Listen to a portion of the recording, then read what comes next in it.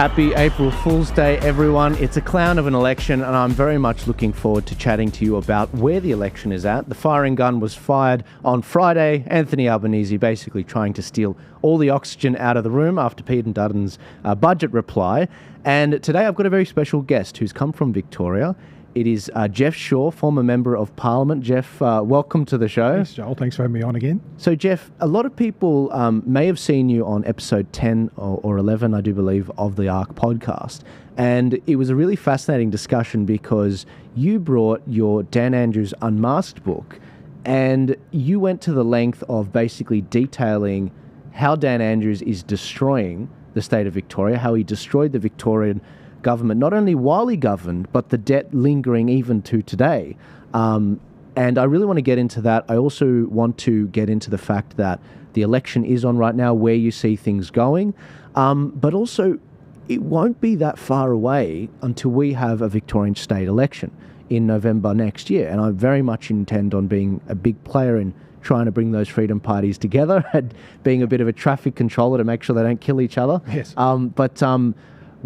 What is your background? You're a former MP. When did you get elected and what got you into politics?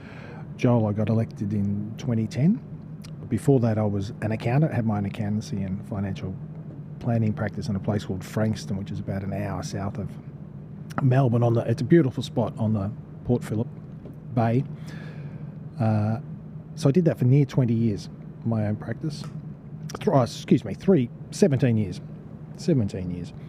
I had all my kids raised there, and a fantastic spot. And then we were going pretty well, and I said to my wife one time, we need to be doing something.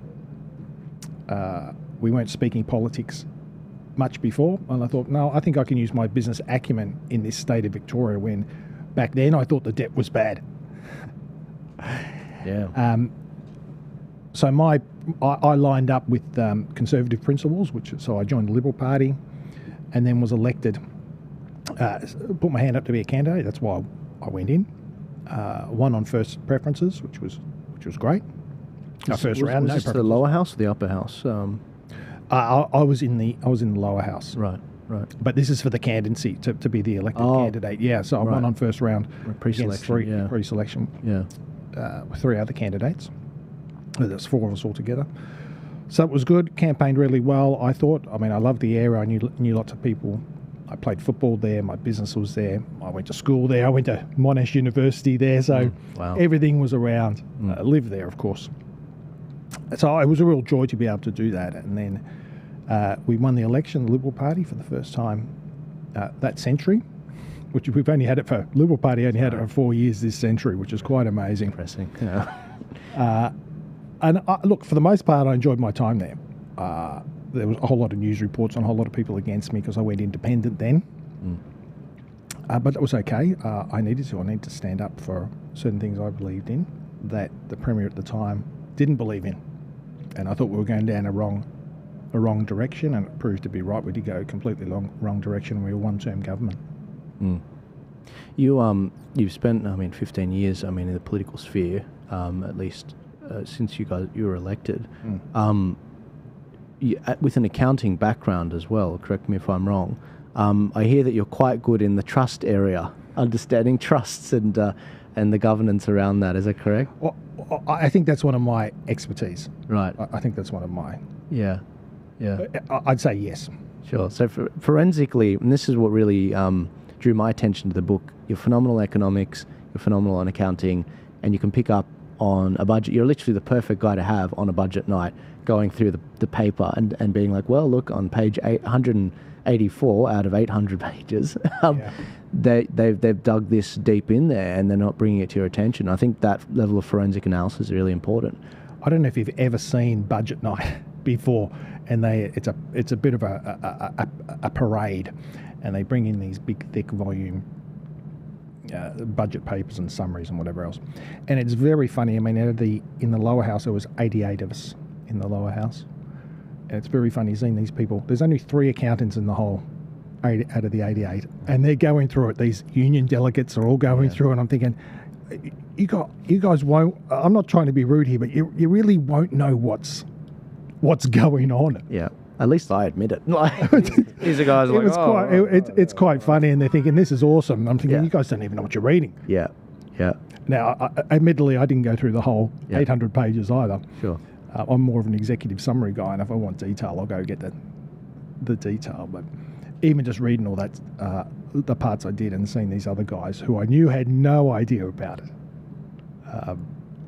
it's quite a funny thing to see. Did that allow you to talk around them in circles, basically, on certain things, and be like, well, you clearly don't know the detail, guys, because X, Y, Z. Yeah, they didn't know the detail. I guess on the Liberal side, I felt a little bit sorry for them because it was our budget. So I felt sorry. I felt sorry for our guys because they're looking at it going, yeah, this is great. I'm going, you don't even know what you're looking at. Yeah. And the other side, I mean, they're seriously clueless. They know how to spend. I describe it in I don't know if it was in my book or other areas. The Labor Party Victoria are like a female with a credit card and they just go berserk. Right. They just go shopping and buying stuff that's not necessary. Yeah. Now, for the women out there, men do it also, but you've got to be careful because this I do. My apologies. And I'll back you up in a sec. But this podcast is like, a lot of people are shocked when I say this. It's 2/3 women and older than the age of 30. But I will say this to back Geoff up: in America, 80% of credit card of all debt, I do believe, is from women. I do believe because women make the majority of the purchasing choices. Look, I think the women will know because my wife says it very well that women know women. So. Yeah, they're like, so they'll know. It's fair.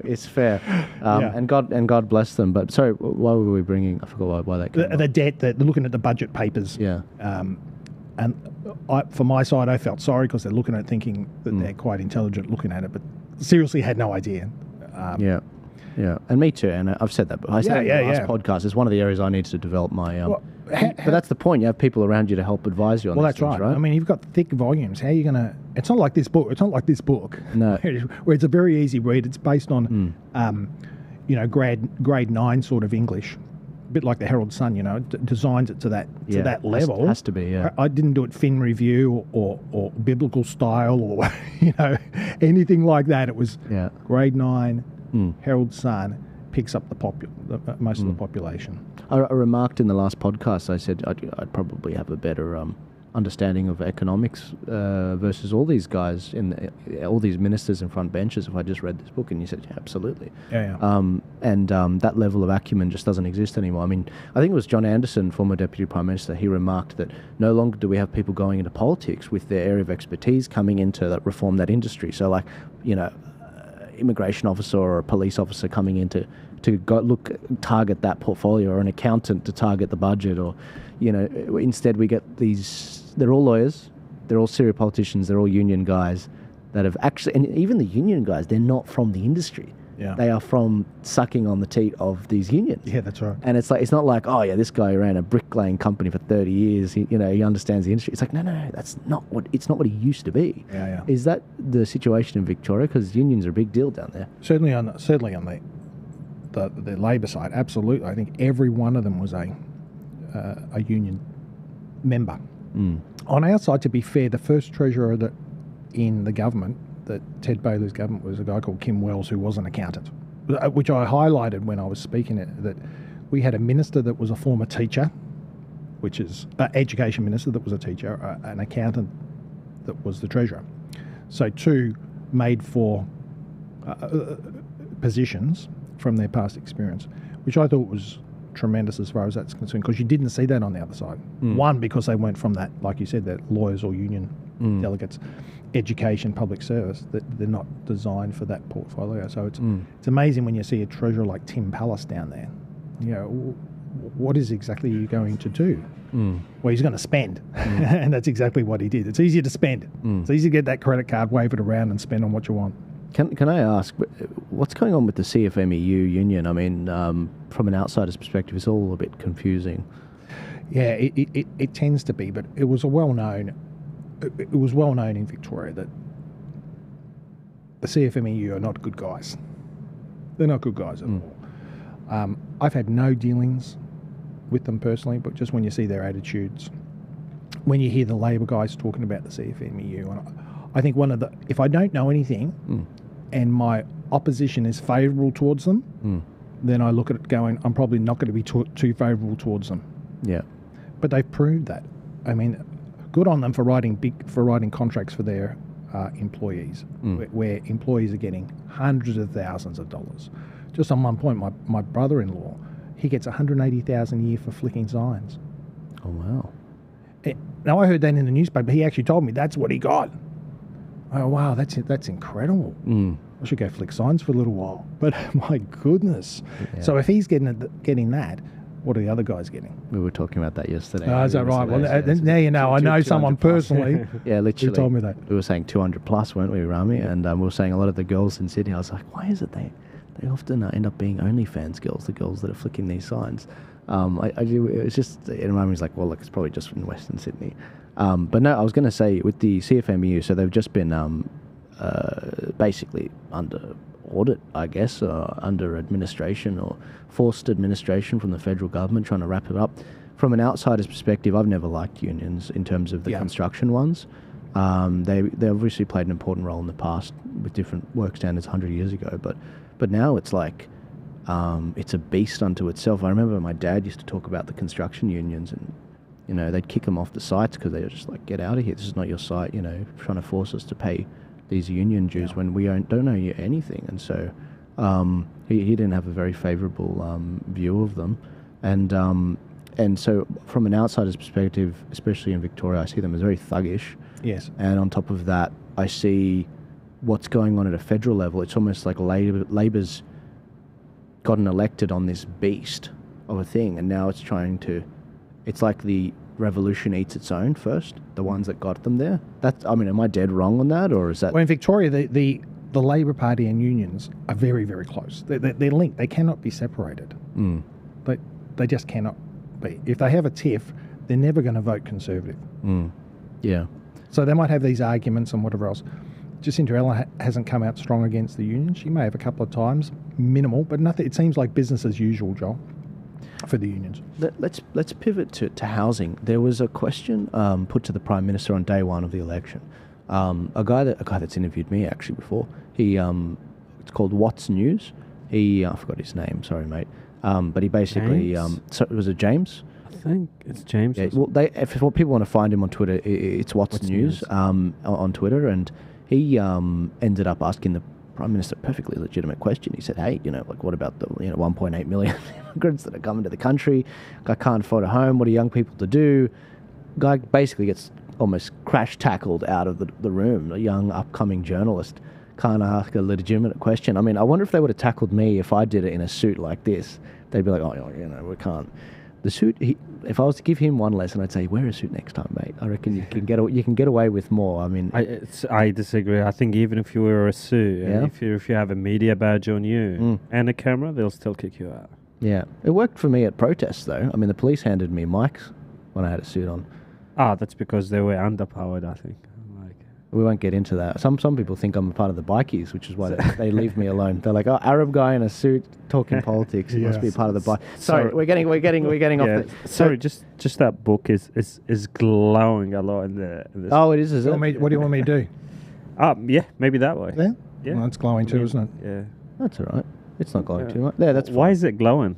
No idea. It's not glowing on my end. If you look at the wisdom is trying to come out of it. It's not from Dan Andrews Angelic Looks.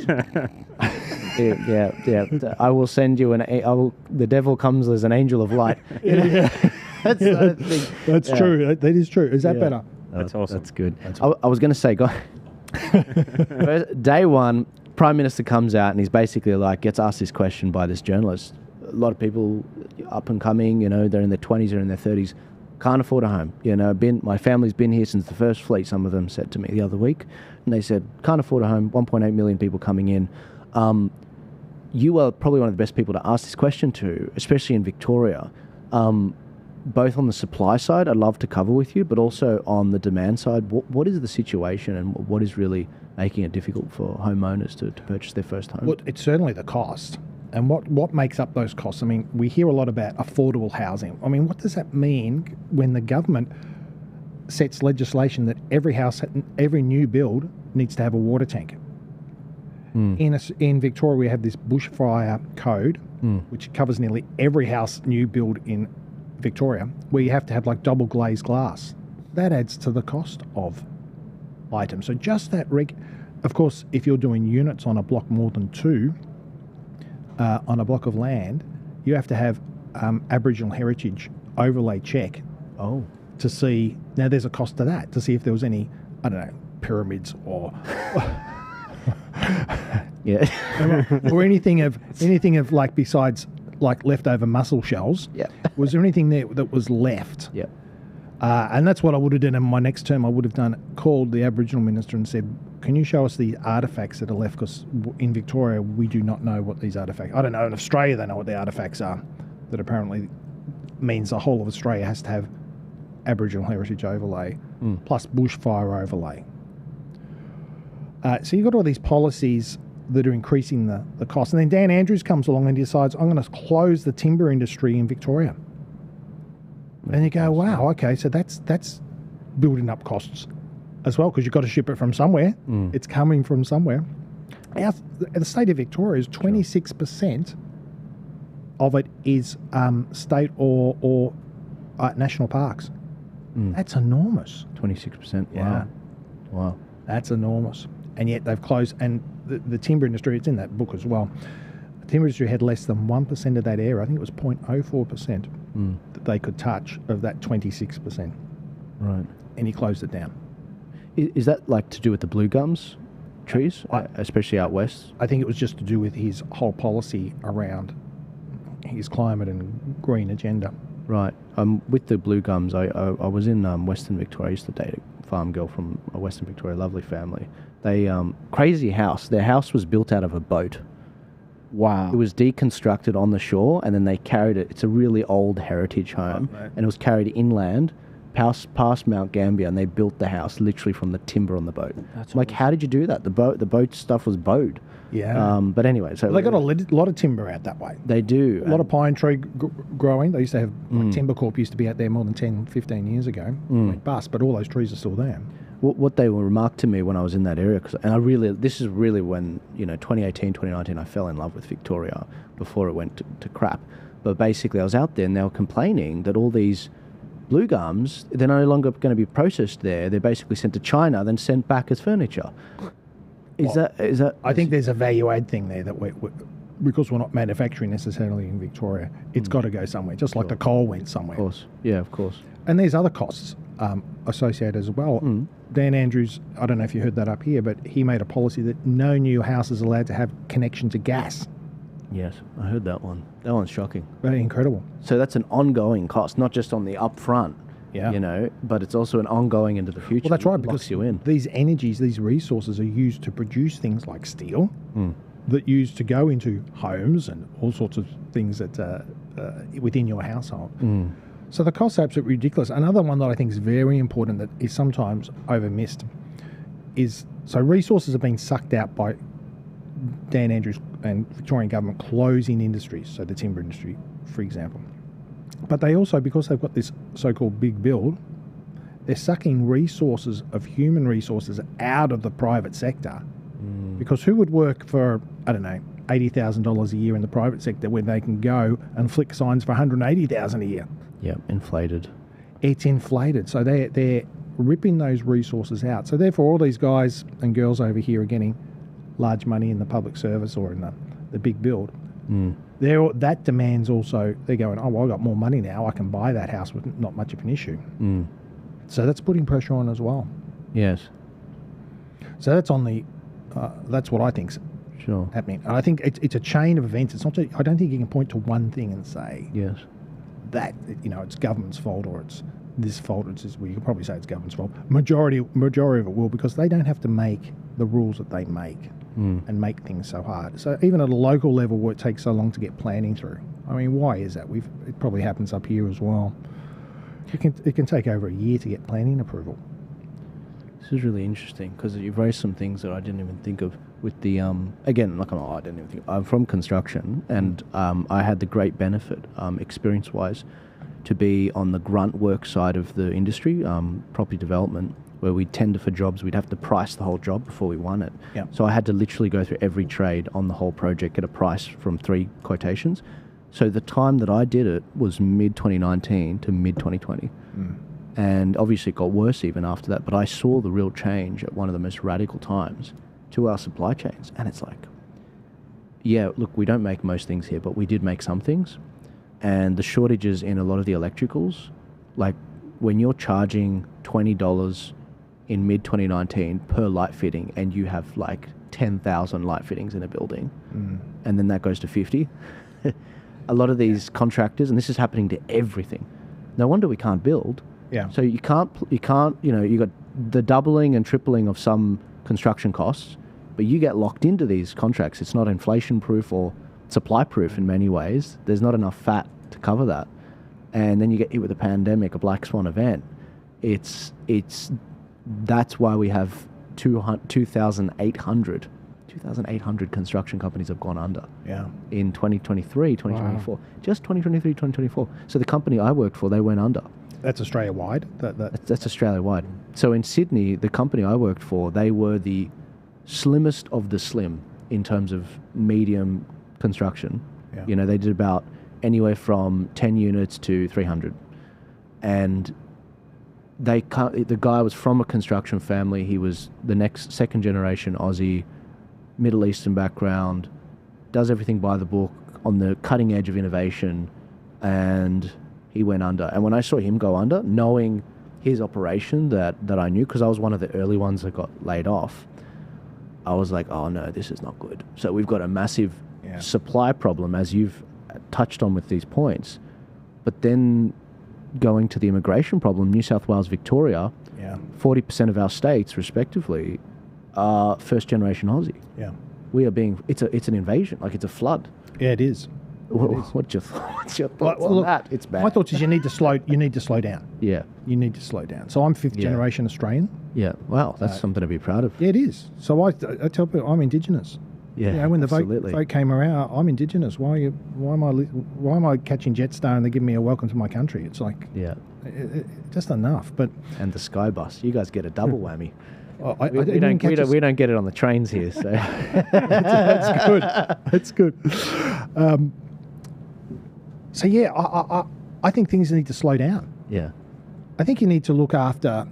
One thing about President Trump I like is he says he's for America, and the rest of the world's going, "Oh my gosh, look what he's doing." I'm going, well, he's the president for America, not for the president for Australia, not the president for England or Ukraine or Russia or.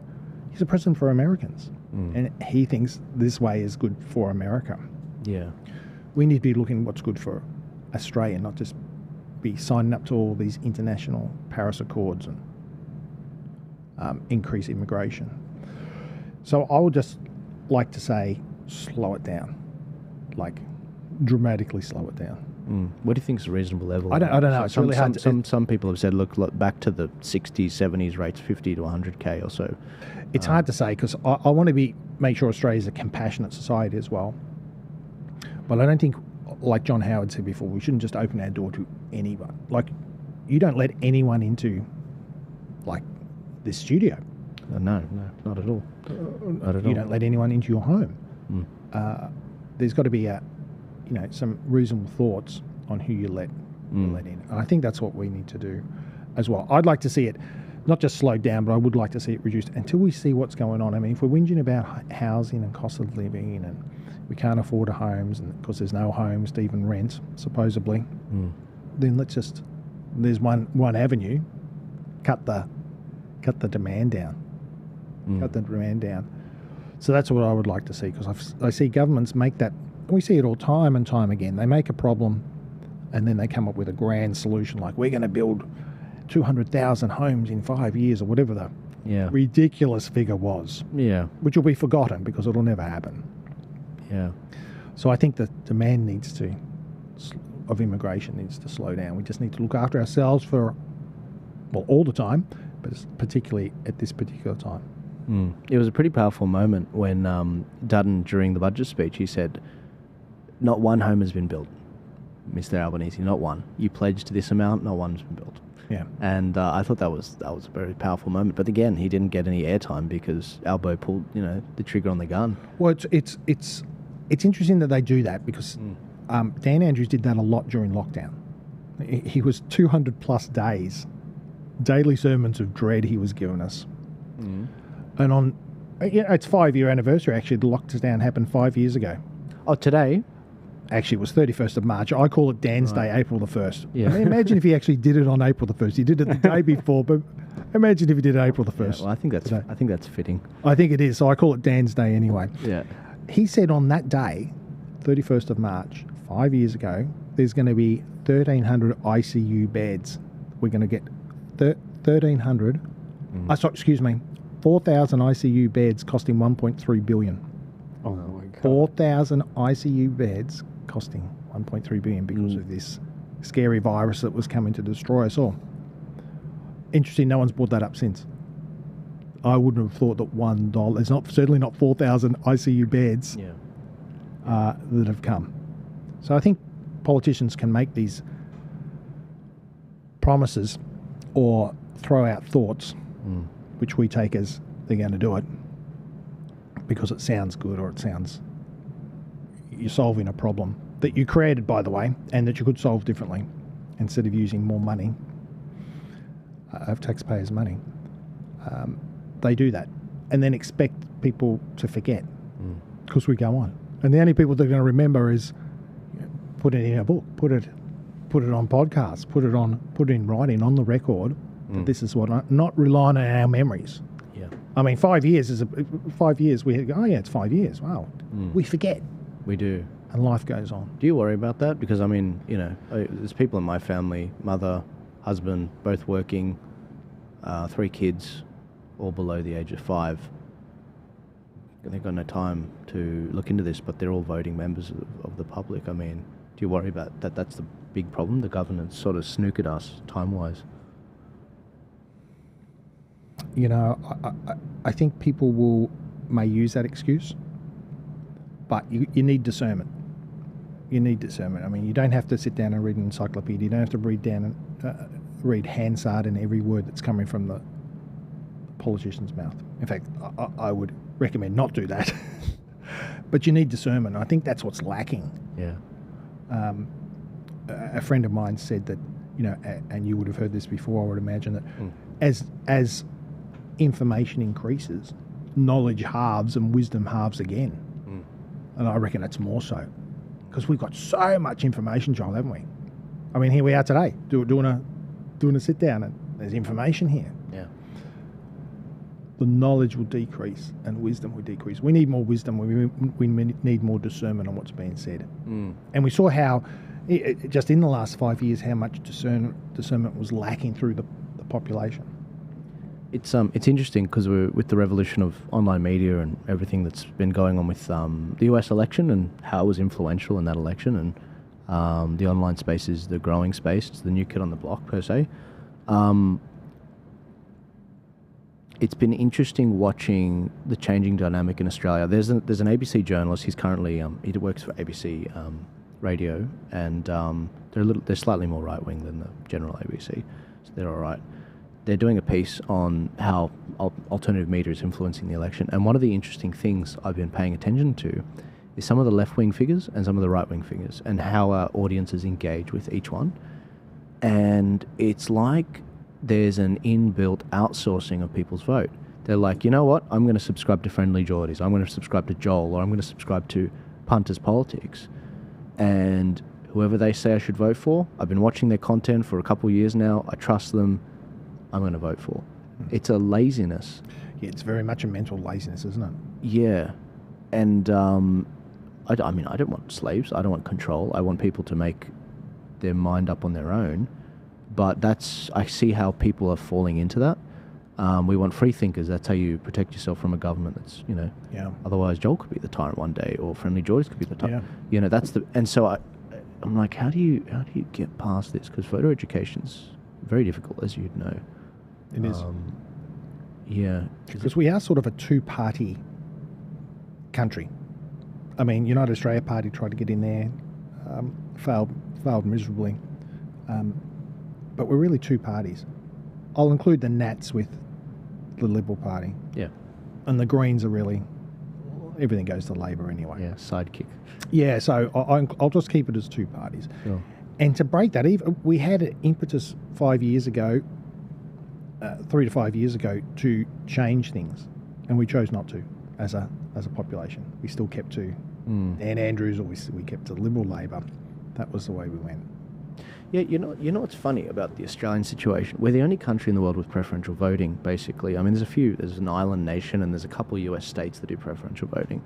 But the only nation in the Five Eyes that have it properly. And it's funny because when we have a referendum, we win that outright, 60 to 70% with mandatory voting.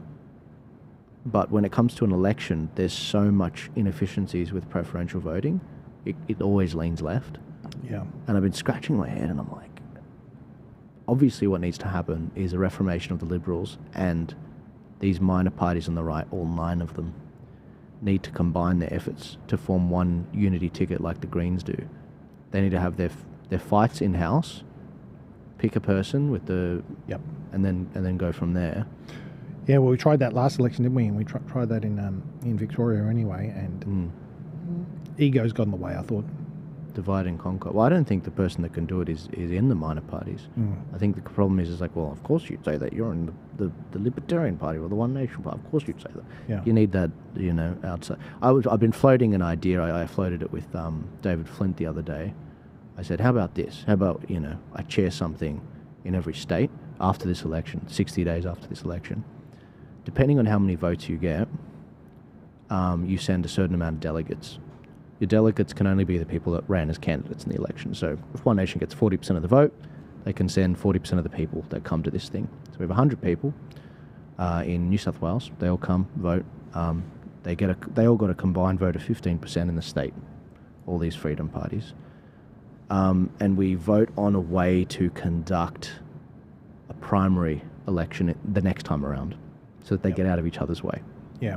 So we vote on how you assess a member that can become a part of this, how many debates. We're going to do 3 debates, how far out. And so we have all of that. We codify it fresh after an election so that the next time around we have a set of rules out about how to conduct a primary for these freedom parties.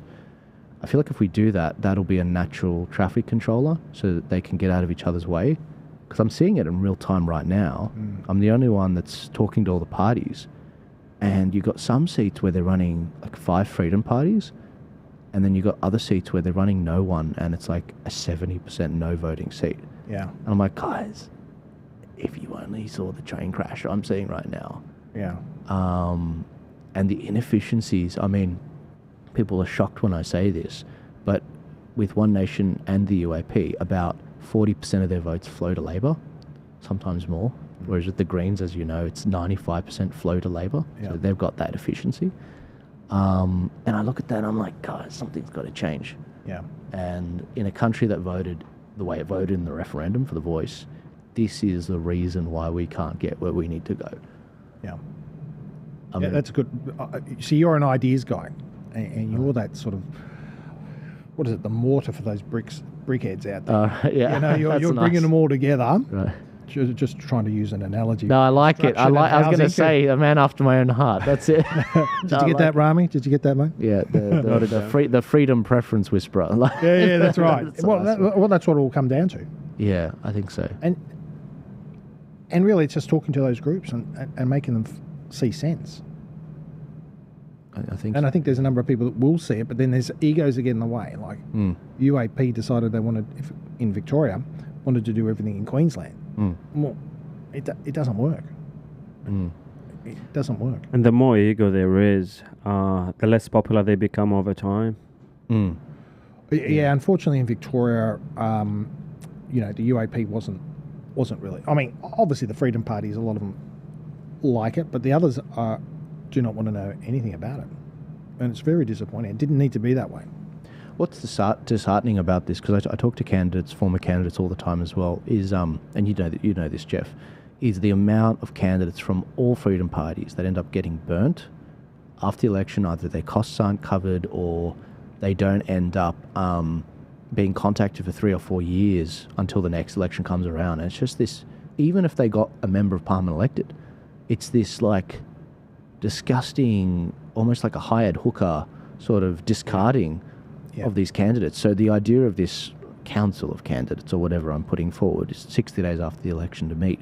It's the candidates that come, the people that actually do the work on the ground and get things going and get these senators up. Because what I see happening is just it's disgusting. I don't like it because in construction you've got to have a basic sense of contract negotiation, dealing with people. I was telling someone before the show, if my dad, if he was working on a project and the guy's like, oh, you don't like the way you've done the bricks. He was a very good bricklayer. Him and his brothers. Yeah. And if they didn't get paid for the job, and the guy's like, oh, you did a terrible job, I'm not paying you. And they don't get paid. He's like, all right, no, we'll tear it down for you. Tears it down. Yep. That's the background we come from. So the idea that, there's not that basic respect with people, and they're not being treated with respect from the top down. Well, the Libs are like that as well. Of course. They're quite unforgiving, unfortunately. I wish they weren't that way. But their hierarchy can be quite unforgiving. Which is not good. We need a better way because a lot of these candidates aren't running now.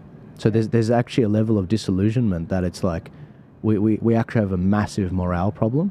Yeah. And the freedom community, the donors, the volunteers, the former candidates, the voters, they're dying. They're actually dying. Like I could name you half a dozen people of each of those categories that have passed away in the time that we've been at this for 5 years. Yeah. And so I'm just like, guys, this is a closing window. I mean, it's like they hate, these freedom parties hate each other more than they want to win. Yeah, I didn't find that myself when I was leading the United Australia Party. For me personally, you came down.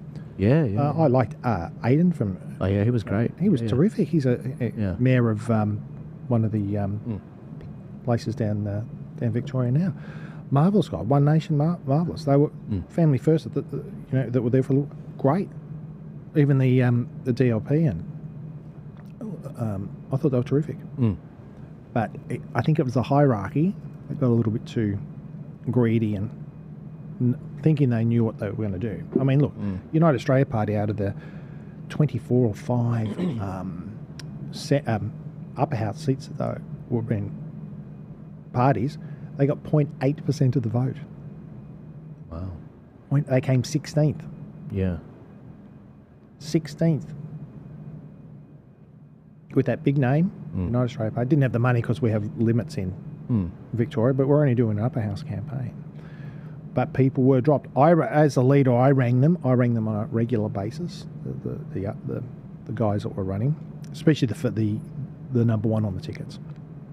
And so we had a pretty good relationship. But as you were saying before, the pastoral care afterwards is zero. And you've been burnt. Myself, it didn't worry me so much, except that they didn't listen. And then since that time, we've had 2 federal by-elections in Victoria, Aston and Dunkley, that the United Australia Party did not run in. Very disappointing. And at state level, they had Warrandyte, Mulgrave, which was Dan Andrews' old seat.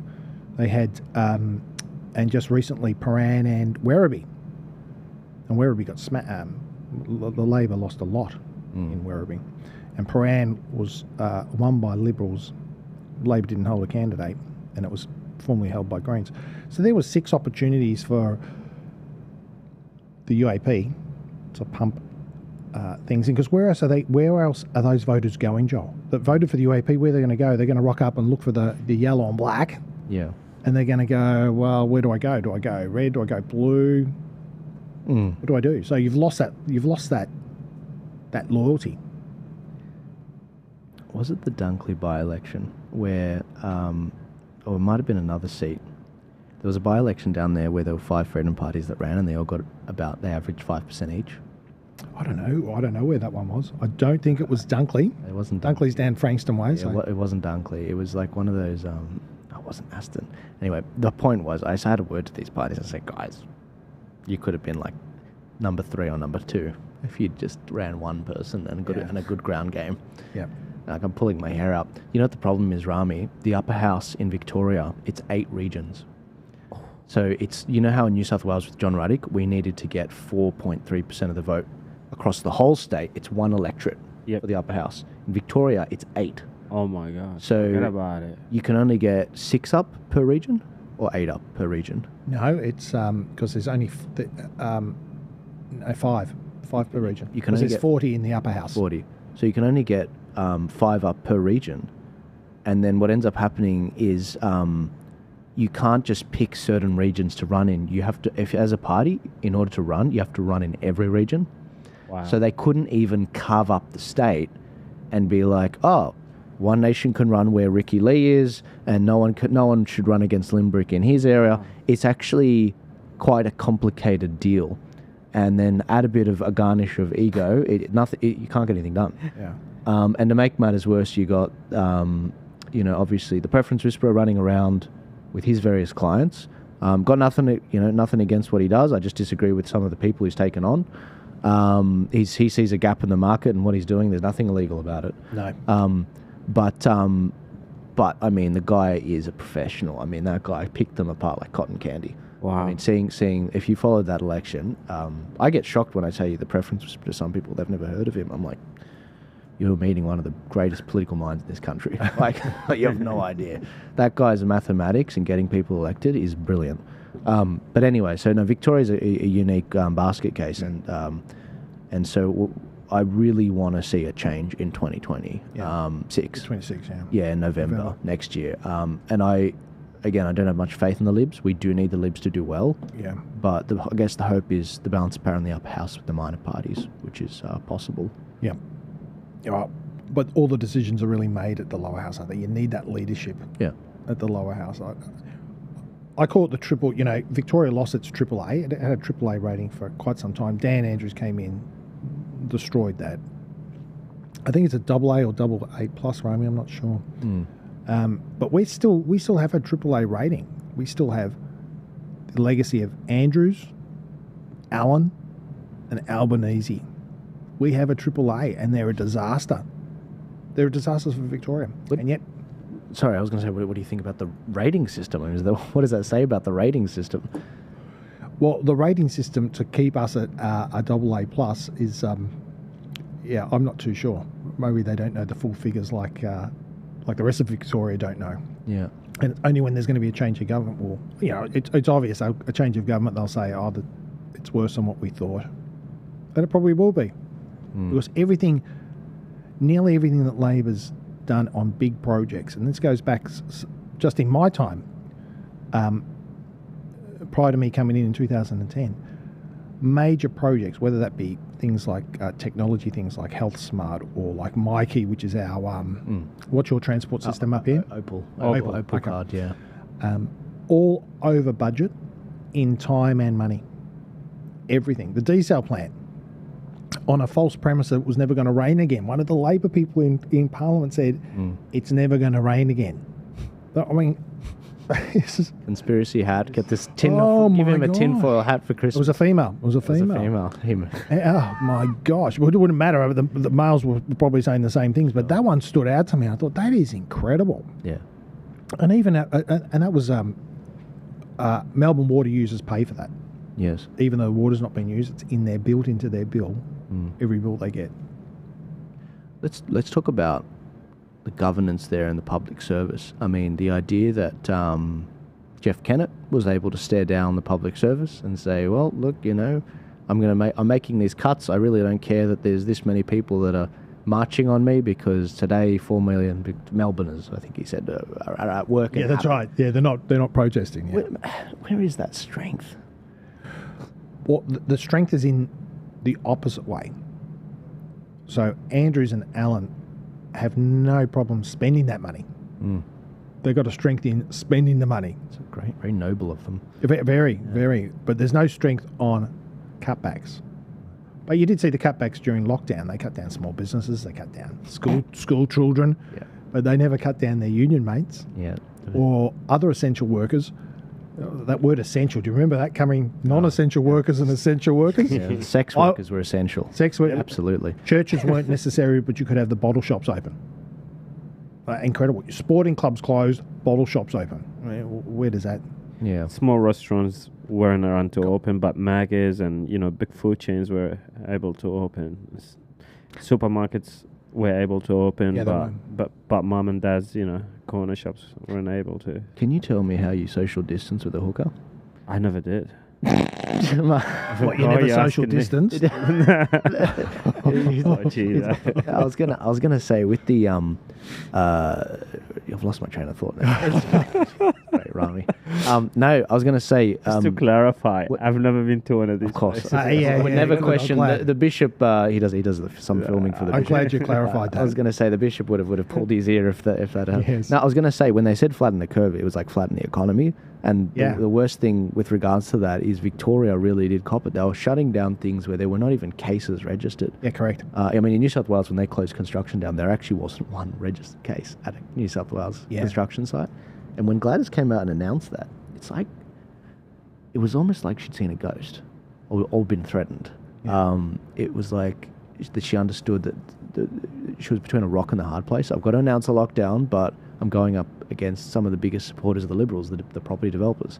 Yeah. And so, no, I look at that, and going back to the public service, in America, we're seeing the Department of Government Efficiency, Elon Musk cutting hundreds of billions of dollars out of the waste of USAID and other government departments, completely axed the Department of Education. And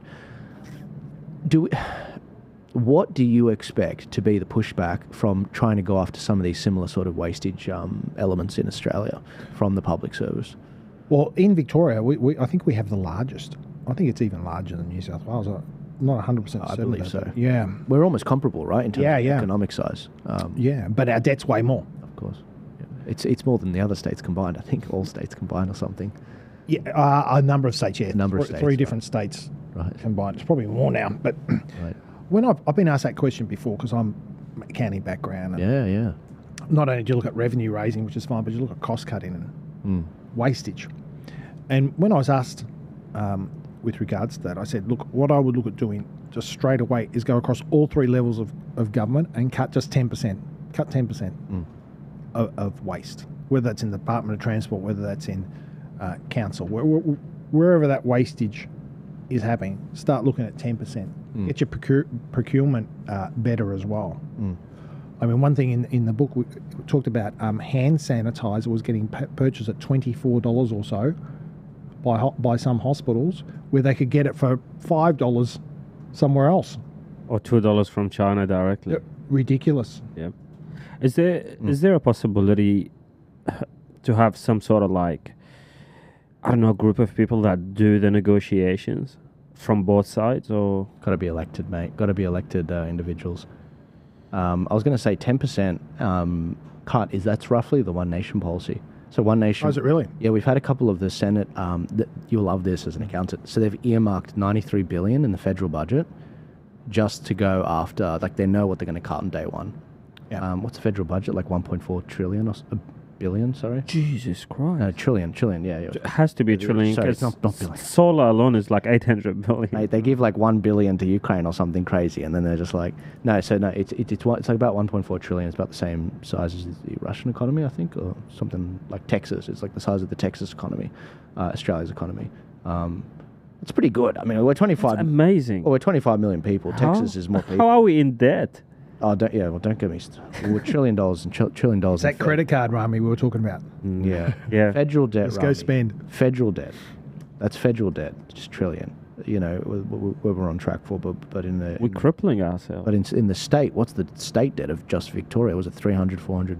No, it was... When at the time I wrote this, it was 168 billion, up from 22 from 2014. Right. So that's what's that, 6-7 times more in a period of 10 years. Right. 22 billion to 168. That's incredible. Wow. It's over that now. Right. How much do you pay in interest per day on our national debt? National debt, don't know. It's the largest growing item, though. It's the largest growing item. I think in the US, fun fact about the US national debt, the interest payments is going to be larger than the US military budget or something on their debt. Something crazy like that. Incredible. Just not even dealing with the principal. Something crazy like that. Jesus. I mean, you could have done some smarter things. I mean, if that debt was never going to stay at 22 billion, but let's just go back to 2014, 22 billion. Our payroll tax was around about 7 billion income. We're paying more than that. We're way more than that now just on the interest that Dan Andrews has accrued. We could have dumped payroll tax, freed up businesses to not worry about that. I don't even know. I'm an accountant. I don't even know why payroll tax was set up. Me neither. It's like double, triple taxing a it's just person and a business. I mean, business. what's luxury car tax now? Yeah. Why do we get luxury car tax? It was supposed to be like to protect the car industry based on the Holden Statesman. Well, we don't produce cars now, so why have we got a luxury car tax? It's just stayed. Luxury cars you can't even speed on. Like, was this last Statesman 2010? Was that the last sort of year of the? I don't know. I loved that car. I was like, I can't wait to drive the next one. And they're like, oh no, we're not driving any. They didn't make any more of them. I think John Howard still drives one of them. Does he? Yeah, Of course he would. a black one. Well, if you like it. My grandparents. Yeah, That's good. It's a good car. Going back to it with the sorry, it's called the weave, as Donald Trump would say. It's called the weave. That's what he said when he was with Joe Rogan. He's like, I know I'm going everywhere, but it's more efficient if you do the weave. We can cover more things. Let's go back to the housing we were talking about earlier. You know how much the government is eye gouging home purchasers, developers in Victoria. What are some of the taxes to do with that? My gosh, thank you for bringing that up. I mean, there's just so much. The one thing that Labor are really, really good at is inventing taxes. Yeah, it's just quite incredible what they do. So for rental property owners, what they've done, I call it the Dan tax. They put the Dan tax on, which is about $1,000 per property for the next 10 years to pay for this deficit that they've created. Just for renters? No, it's actually on. I believe it's on every home except your principal place of residence. Oh, just a random $1,000. We have to. It could be more. I think 975 was one that I saw. That's the lowest. 975, I think, is the lowest, and then it goes up more from there. So that's just a payment. But then they've increased the land tax, and they did this very clever. Well, clever if you're a thief. They reduced the threshold for land tax. So it used to be, I don't know, let's just pull a figure, 300,000 out. They've reduced that to about $80,000. So that means any property that you have outside your principal place of residence, that's land's worth more than 80,000, which is every property, you have to pay land tax. 80,000. So they've reduced the threshold. I'm saying it's 80, it could be 50. Just for example, but so they increased the market. What else? That's right. So they bring more people into So you're talking about the cost of housing. They've done another thing as well. They've come out and they said, because they love selling, the other thing they love selling is safety. You know, they locked us down for safety and all that type of thing. But now every rental property has to have an annual certificate. It's annual or every 2 years. Certificate for their electricity and their gas. And if it's not done, you've got to fix it. It's like a Netflix subscription almost. It's created a whole artificial industry now. Wow, it's incredible. And I don't know, they also... Things, I'm just talking about changes. I'm not saying necessarily this particular one is good or bad, this next one. But even little things like saying, well, you can't have animals at my rental property. Well, now you can. You can't bring that in as an objection. Oh. Can't discriminate against animals coming into your rental property. So wait, I can have a rooster in my backyard? Yeah, I'm not sure if it goes to... I think more dogs and cats, but yeah, if that's your pet, I guess... Yeah. You'd never move to Victoria. Wouldn't it be funny if you took a cow upstairs into your place? You can't get it downstairs. So, did you know that about cows? They can't go downstairs. No, you just throw them out of the balcony. Oh. No, I found this when I was in school. You're gonna love this. Markup day. This is why by the time I got to my year, we couldn't do markup day because the guys before us, a lot of them, 40% of them were farmers that were there. And on markup day, they took a cow up the stairs into the headmaster's office and left it there. And they couldn't get it down because there's no elevator in that building. Wow. And cows don't go downstairs. They had to get a crane to That's lift it up. that's true. I've seen. Well, it's going. Funny you say that because it's going currently viral. Yeah. On social media where like Indians for some reason, I don't know, somebody came up with an idea like let's get cows on the roof.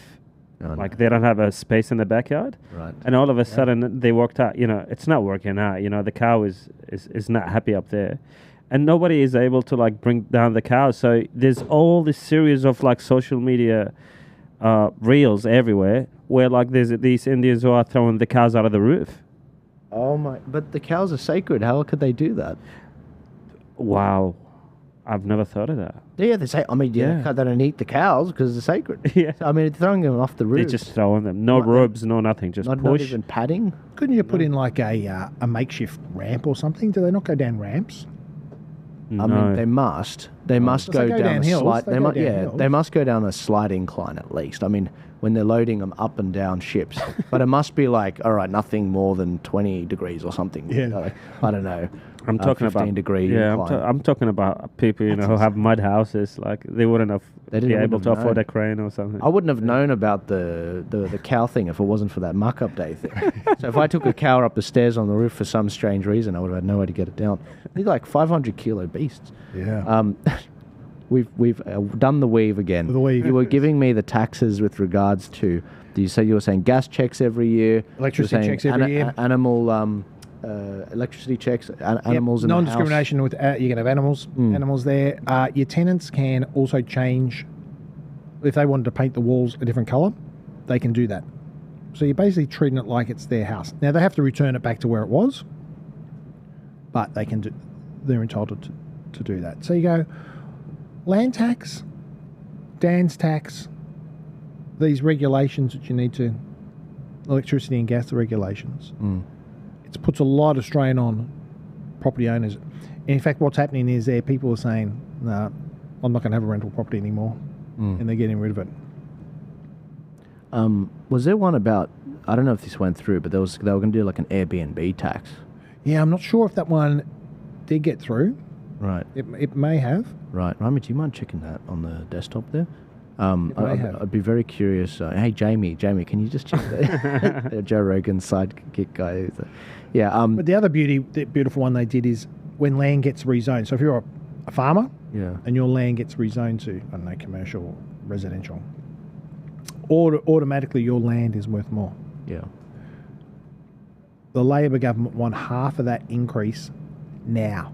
Half. Half. So if they zone your area without you, Yes. they just do it. Yep, half the profit. So if the house was already, if the area was already worth, let's say, $1 million, and it went to 5 million, profit of 4 million, they want 2 million now. So you'd have to sell right then. You have to sell. They'd force people to sell. Oh, that's on a rezone. That reminds me of what happened in the UK, where it was like an inheritance tax. Yeah. Where if you were given the land you had to pay 10-15% inheritance tax, it's like we're not sitting on 15% cash here. We'd have to sell the whole thing to get That's right. just that 15 for you. Yep. So there's generation-owned houses going back to Yeah. the feudal era. Well, but at least you could say, to a degree, if you were to argue, that was Yeah. based on someone dying, so therefore the asset is no longer in that person's name. Sure. The asset's still Yeah. in the person's name. It's just been rezoned. So it's another lovely land grab that the You're saying half. half. Wow. I don't think it's 48%. I think it's 50%. Even 48%. I mean, Yeah. Well, like here we are fretting about 15% in the UK death tax. Like, yeah, 50% on a rezoning. I don't understand. I can't get my head around this. I can't get my head around this. So hang on a sec. If you have a farmland Yeah. that is 1 acre out in the middle of wherever Yeah. in Victoria, regional Victoria, and it gets zoned to R2, I don't know what you have down there, R2, R3, and all of a sudden it goes from being worth $1 million to $10 million, you need to pay the government $5 million. If it went from 1 to 10. there's 9, so So 4.5. it'd be 4 point, the increase. So just the increase is Tax on the increase. $4.5 million. You Yeah. come up with it or sell right now and then come up with Jesus it. Christ. Yep. Bro. Yeah. And who, based off what value? The market value. I guess that's correct. Yep. They'd be doing market value. How were there not riots like on the street? When did this come in? Because we were talking about it on the last podcast a year ago. We were. This came, I don't know, 3 years ago maybe? What does happened to Victorians? I mean, like, seriously, do you have those moments where you like... I think they do it quite well because it's that divide and conquer. So, you know, you don't live in an area that is rural that's going to be rezoned. Most people live in the city, so it's not going to be rezoned. So if you're a guy who lives in a national seat it happens gets rezoned, yeah. then you go, oh, well, it's only affecting those people there. It's not affecting us, but it's affecting them. Wow. So maybe it's so minute that it doesn't, like closing the timber, 2,000 plus workers, but it's in the national areas or it's in, who cares? I think is sort of the mentality. Few chips off the block sort of thing, you know. First they went for the communists. I wasn't a communist, I didn't stand up for it. Then there was no one to stand up for me. I feel like they're just sort of picking us off one at a time. Well, they love picking on people with rental properties because they're the big bad landlords. Even the Labor Party tried to do that a few years ago, if you remember, at federal level, where they were going to take out negative gearing because they said the housing shortage and costs and all this type of thing will take out negative gearing. Why do people like Friendly Geordie say that whole thing was a scare and it was just a scare campaign and it wasn't based on anything? They weren't going to do negative gearing. And I think what some politicians do, I mean, Paul Keating did it and he actually implemented it and then it was pulled out, I don't know what, less than 2 years later that was pulled back because people were going, no, this is not good. What you've done, taking out negative gearing. I think sometimes the politicians can throw things out to get a reaction from people. So they're doing their own poll, if you like. Oh, we're going to stop negative gearing, and let's hear what the reaction from industry groups and from renters or landowners are. So by the way, the Airbnb tax. Oh yeah, that already started yesterday. Yesterday, in Victoria, 31st of March. You're right up to it. Yeah, 7.5%. And it's coming to other states as well. I heard about this when Dan was Premier. Yeah, correct. So I haven't checked in on this until today. Wow. April Fool's Day. April Fool's Day. This is not a joke. I think this is not a joke. Are they doing announcements 31st of March deliberately? So we wake up the next day. Are you sure it's 31st, 2025? Are you sure? That's what Grok is telling me. You're joking. Yeah. And Grok footnotes where it gets it from. Well, that's up to date. So what's the details then? I guess what's now the law of the land in Victoria? If you're an Airbnb owner, you get charged like a Dan sort of tax. I imagine would be. And imagine not only do you pay the income tax, your income tax. Yeah. Federally, you'd be paying some sort of royalty to Dan. So it would be like a bit like the US where you have state and federal taxes. Yeah. So you'd have a GST tax of 10%. And then what does that? It's like California, Does it have any details of what? Like, is it a percentage or? It's a 7.5. 7.5 levy, on short. It's only quote unquote on short stays. What's a short stay? So I think anything between. It doesn't say it. They just let it. Can you ask Rock? What's a short stay? It might read the bill for us. Yeah. I hope so. But see, isn't it great? They make up these taxes. They're brilliant. They put their minds to very unproductive things for society, and by increasing taxes. 7.5%. My real question is. Oh my God! Less than 28 days. Oh, come on! Conservative 20 days. So literally every stay 7. Are you serious? I've never booked an Airbnb for that long. Yeah. So anything shorter than 28 days is falls under that category of a short stay. You can pretty much say everything. Mind you, the prices have already gone up. Like rental booking prices have already gone up by like $100 to $300 per booking. Rami, for that 7.5. Rami, no, that's just before even the 7.5. All right, it's already gone up by like $100 to $300 per booking. Since Grok is now the unofficial sort of informant for us, can you ask Grok what percentage of Airbnb bookings are longer than 28 days? Yeah. Like 0.01% or something. I don't know how much more they can get from your home. Yes. There's nothing left in it for the owner. We're basically serfs. They've taken out at local level, they take out at state level, they take it out to pay the debt, Dan tax. they then bring their mates in, their tradie mates, and say, hey, the compliance certificates, because we're all about compliance for electricity and gas. What percentage? Yeah, so this is according to a statement on 2021. No, hang on. 2021, is that where it's getting the stats from? We're going to need something more recent, like 23 at least. So to interrupt. I don't think it have changed by a lot since then. Or even before. That's what the data is pointing. We just can't do pandemic because it's going to be an outlier. Yeah. Yeah, like it's going to have to be either 2019 or it's going to be 2023. It's still ridiculous figures. Yeah. What is it? It's only 24%. 24%. Is more than over 28 days. More than 28 days, yeah. So 74% is less, yeah. No, look. Can you ask it? What about for 2019 or before? Okay. I really am. Like I'm, so maybe it's just, I'm a stickler. I'm here with an accountant, so I'm being very exact. I just can't believe that that percentage. During a pandemic year, it makes sense, but not an outside. Yeah, in a pandemic year, it certainly does make sense. Yeah, because people were Rami. There was 300 days of lockdown, so 2021. 263. I like saying 300. Yeah, 300 number. See, I told you, accountant. Yeah. We've got to be precise. You got to be careful. Yeah. Any luck? Yeah, it's coming up. Man, this grok thing has gotten really good. Yeah, I love it. Oh, okay. So this. So this is as of now. Oh my God. 83%. 83%. Are less than. So that's slightly probably less. So that's probably let's go with that. So that's 2019. That's good. So I'm happy with that. 83. Yeah, 83. So 17%. So 83% of Airbnbs now have to pay a tax of 7.5%. Is that on top of the GST, or is that a part of the? You have the original cost, then GST. I don't think there'll be GST because most Airbnb will be like, you're renting out your room and whatever else. So you're not earning enough for that to happen. Right. So it'll just be a levy on top. Of course, 75. Talking about corruption, when it comes, thanks for doing that, Rami. Talking about the, firecracker. I was going to say with the, you were talking about they get the union mates to do a sort of dodgy with the permits, the compliance certificates. Compliance. Look, I don't know if that of course, but it could be done. That's the point. Yeah, I guess, because who's going to check it?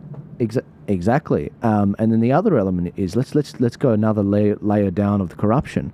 Let's say a place gets zoned, as I said before, it's 1 million, then it moves up to 10 million. So it's a $9 million increase, market value. Yeah.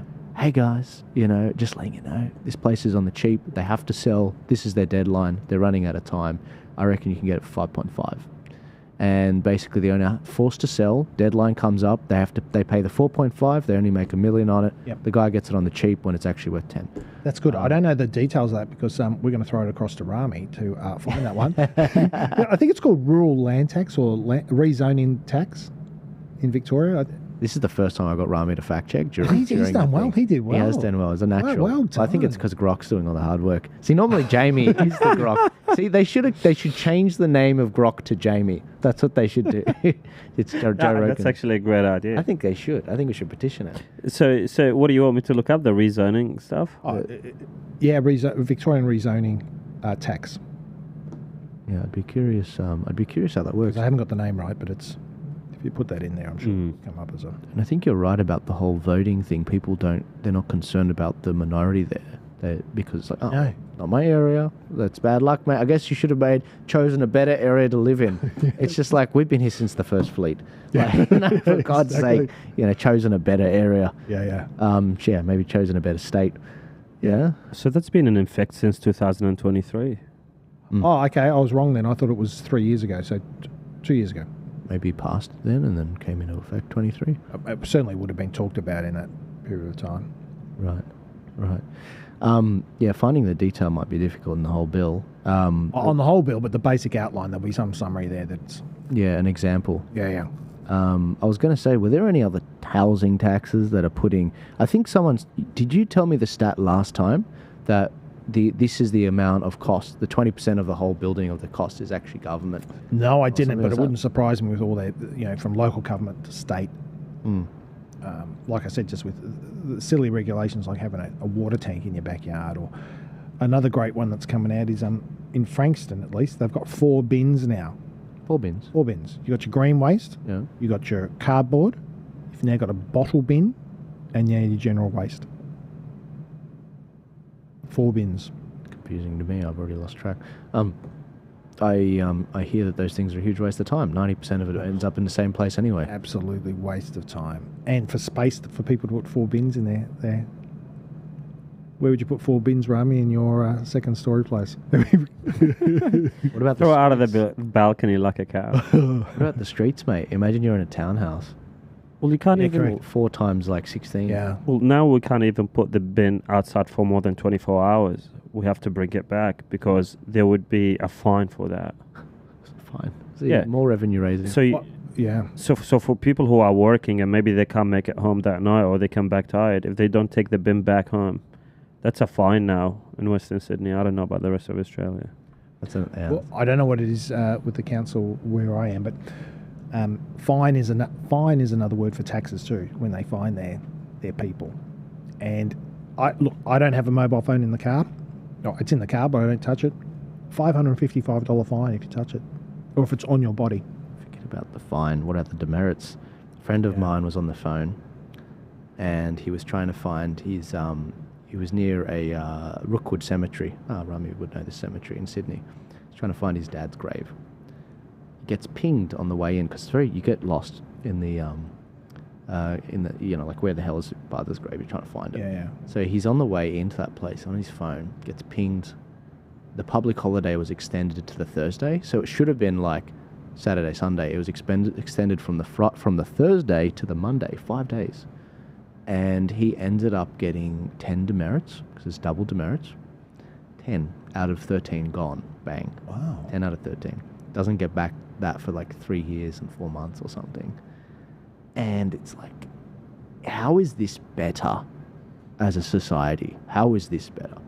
And the way the government plays this off and doesn't have riots is they act generous, and they're like, oh, if you've been a good little boy and you've been driving well, we'll give you back 1 demerit if you have a clean record from June to June.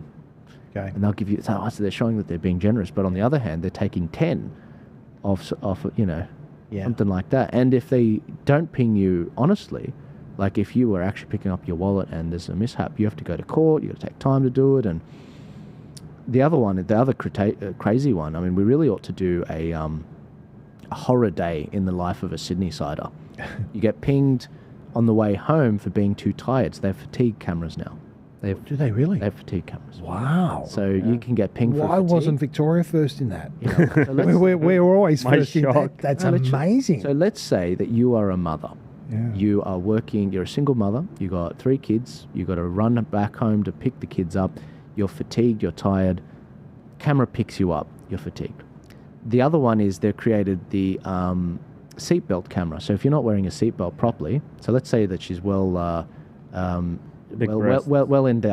on her chest, and apparently the seatbelt, if you don't have it the right way, you get pinged. There's another one. A friend of mine, it happened to her. It's a real thing. Wow. It's a real thing. And I know a lady who was wearing a hijab, and because her scarf was, slightly above her seatbelt, she got booked for it.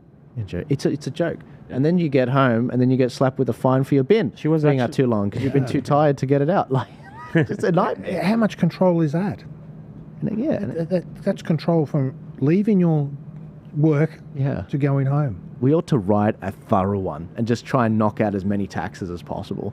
And then you die at the end of the day and you get taxed or something like that. Like that's amazing. We don't actually have a death tax, but that's where it's going. Yeah. I mean, I believe Labor and the Greens and the Teals, they want to go for it. Yeah, sure. Yeah. I mean, they would hate the Elon Musk Doge that's happening. They'll just hate it because their thinking doesn't go that way. They're happy to have the credit card and spend, but let someone else pay that. Yeah. Well, my husband will pay that credit card. I'll just do the spending. And this is crazy stuff. I wonder if in Australia we also have people who are like 300 years old that are still on the welfare. Yeah, well, I mean, you're right. That's what happened in the US. There was like transactions of 100,000. Crazy. Be going to people that 100,000? I thought it was more like 500,000 of their population is over 300 years. I'm sure they have examples for everything. I mean, do you remember what I said yesterday? They were funding in Mozambique circumcisions for Mozambique, hundreds of millions of dollars. Or they need crazy. it. Yeah, $100 million for condoms to Palestine. Yeah. Elon's like, that's a lot of condoms. That one was fact checked. Yeah. It wasn't actually to Palestine. It was to another African. Right. But it doesn't change the fact that, like, why are you paying money for condoms for another country? Yeah. and that's why the beauty about him, he's for America. Yeah. And we need someone who's just for Australia, not worrying about, we need to bring immigrants in. Well, maybe we don't. Maybe we just need to look after our little patch for a little while until we think that it's going okay. Well, that's the interesting thing. February statistics just came out. We've had 200. It was the highest month ever of students coming in, foreign students, 200,000 in 1 month. And many of them, I do believe the Labor government's trying to close this loophole, but we'll see if they actually succeed. Many of them are coming from these phony, fake degrees to actually get a degree, but then they end up working. They're not meant to work, but they end up working in fluorescent vests, and whereas like they're totally hijacking the immigration system, and there's massive loopholes there, and they're putting further strain on everything we've been talking about so far. You're right, it's got to stop. It does. Yeah, it does. I mean, that's a simple solution. Don't think of anything else. Don't invent these other creative things like you create taxes. Just do the stop. Put on the brakes. Yeah. Just put on the brakes. Slow down a little. Yeah. Slow down. So I'm a white nationalist for saying that. Apparently, that guy that asked the question of Albo, sure, yeah, he might engage a lot on Twitter, and some people on the right might engage with him a lot. But it doesn't make him a Nazi for asking, what are you going to do about the 1.8 million people coming in?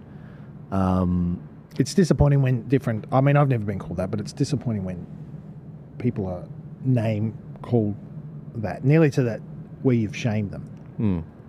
You shame them so much that they're going to be persecuted at work, or they're going to lose their job or whatever, cancelled. Yeah, I'm not a fan of that. It's astonishing though, isn't it? Because Rami, it's literally like Jeff writes a whole book. He's like, okay, this is why your state's falling to crap. And then they're like, well, you're a Nazi. And it's like, oh, well, I'll burn the book myself. You've taken apart all my arguments. I was disarmed. I was in Christmas I was in Thailand last Christmas, and I was having a chat with a couple of my Thai friends. And we were talking about, because obviously they can buy land here in Australia, but I can't buy a land there in their country. And, we're talking about that. Hereditary and all that. Yeah. And then they said something that really stood out for me. And that is, they said to me, Rami, it's easier for us to come to your country and get a citizenship than for you to come here and get a citizenship. So I looked into it. And apparently, if I wanted to get a Thai citizenship, not only I have to spend more than 10 years there and pay every year for staying there, but also I'll have to speak fluent Thai, okay, which is and write Thai, and also be married to a Thai, like married. Yeah. Wow. Or have a child. That's pretty intense. Yeah. Are they called racists, the Thais? Are they racist? No, exactly. they care about the country. But if we bring one of those things in, white nationalist, bam. Yeah. It's like, it's ridiculous. Well, they care about their country so much, and they protect each other so much. I admire it, because it's everywhere else in the world apart from the West. You go to Saudi Arabia, it's the same. China. You go to China, it's the same. Yeah. You go anywhere in the world, it's the same. Well, it comes back to, Trump wanting to be America first. I mean, obviously Thailand's Thailand first. Yeah. Something needs to be Australia. India's India first as well. Yeah. Yeah. Can I ask, have you looked into the, there's a lot of discussion around the cost of living with regards to food and home budgets. Have you looked at all into to what extent it's the supermarket's fault, and to what extent it's sort of like pressures on the supply chain, like fuel and everything? Have you looked at that? No, I have not looked. I have not. I would love to have broken something down like that. But one, I haven't got the resources. All I got is my eyes when I go down the aisle. Yes. And I see my Cadbury blocks of chocolate at $5. Yeah. That's enough. That's enough for me to say, this is crazy. This is insane. This is insane. $3. Correct. Yes. Correct. It's insane. So I would love that to be broken down. I mean, I remember there's always been, because I've been interested in finance and it's been my business, things that have happened around the world. Like, who remembers the Asian bond market? I don't know if you remember the Asian bond market. Apparently that was really bad. That was before the GFC. And so all these great events are supposed to shake the financial world, and costs go up, or inflation, or unemployment, whatever it is. And here we were blaming the war on Ukraine, the cost of living on Ukraine and Russia. Now, they could say, oh, Russia has all the oil supply. We've got oil in Australia too. We just got to get it out of the ground. Yeah. Or out of Bass Strait. We could refine it here if we wanted to. We could do all our refinery here. Yeah. But it's interesting that, because there's a war over there, that somehow affects the supply chain over here. Well, I don't know how that happens. Is it? Well, let's debunk that for a second. Our trade with Russia is like less than 1%, right? Wow. And Ukraine as well. So what is it? What's the major exports of Ukraine? Wheat. We have wheat. Yeah. Fuel. We don't rely on them. But then they say, oh, Joel, it's a globalized market because there's a lack of supply there. Then that means we pay higher prices here. What would you say to that person? Well, I'd say, well, one, I'd want to say, well, yeah, it might be, but we've got resources here that we can tap into. So the argument shouldn't be that that's got some sort of control there. Donald Trump's deciding US Brent crude, we don't need drill, baby, drill. We don't need the other stuff. Yes. We could do that here in Australia. Yes. And so my argument would be, well, we need to get out of that and do it here in Australia. And then you could go into the other resources like gas. Why are we sending gas and coal across overseas and not using that competitive advantage here, particularly in Victoria with Latrobe Valley? Why isn't that being utilised here?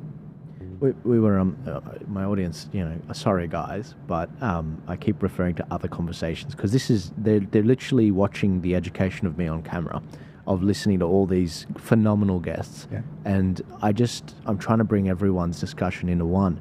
I was talking to Jennifer Game yesterday, running for One Nation in South Australia for the Senate.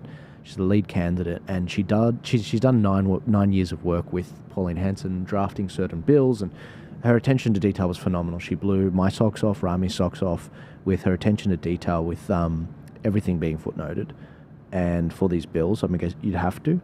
And one of the things she said about gas was Chevron and other companies, they sit on these licenses for 5 years because they renew every 5 years, but they don't actually use the damn license. So Pauline put forward a motion, thanks to the help of Jennifer, and basically saying, hey, use it or lose it.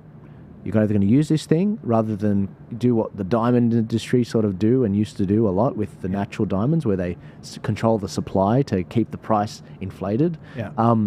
Use the license or don't use it. She wanted a clause to be in there, which the Greens actually supported, she told me off camera after the interview, which was basically saying that when you are assessing these leases for these gas fields or really any natural resource in Australia to give the license, you have to do it with the best intentions of the Australian people, to serve the Australian people first.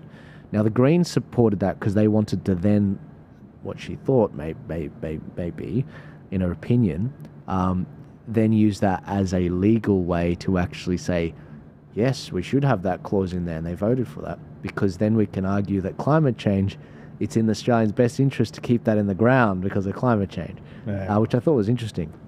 But these companies, seriously, you're right, there's so many resources. Yeah, and we should be taking it out, and we should be using it for ourselves. I'm sorry, mate. I feel like I brought you here to talk at you. I want to know if Rami's found that tax yet, that rezoning tax.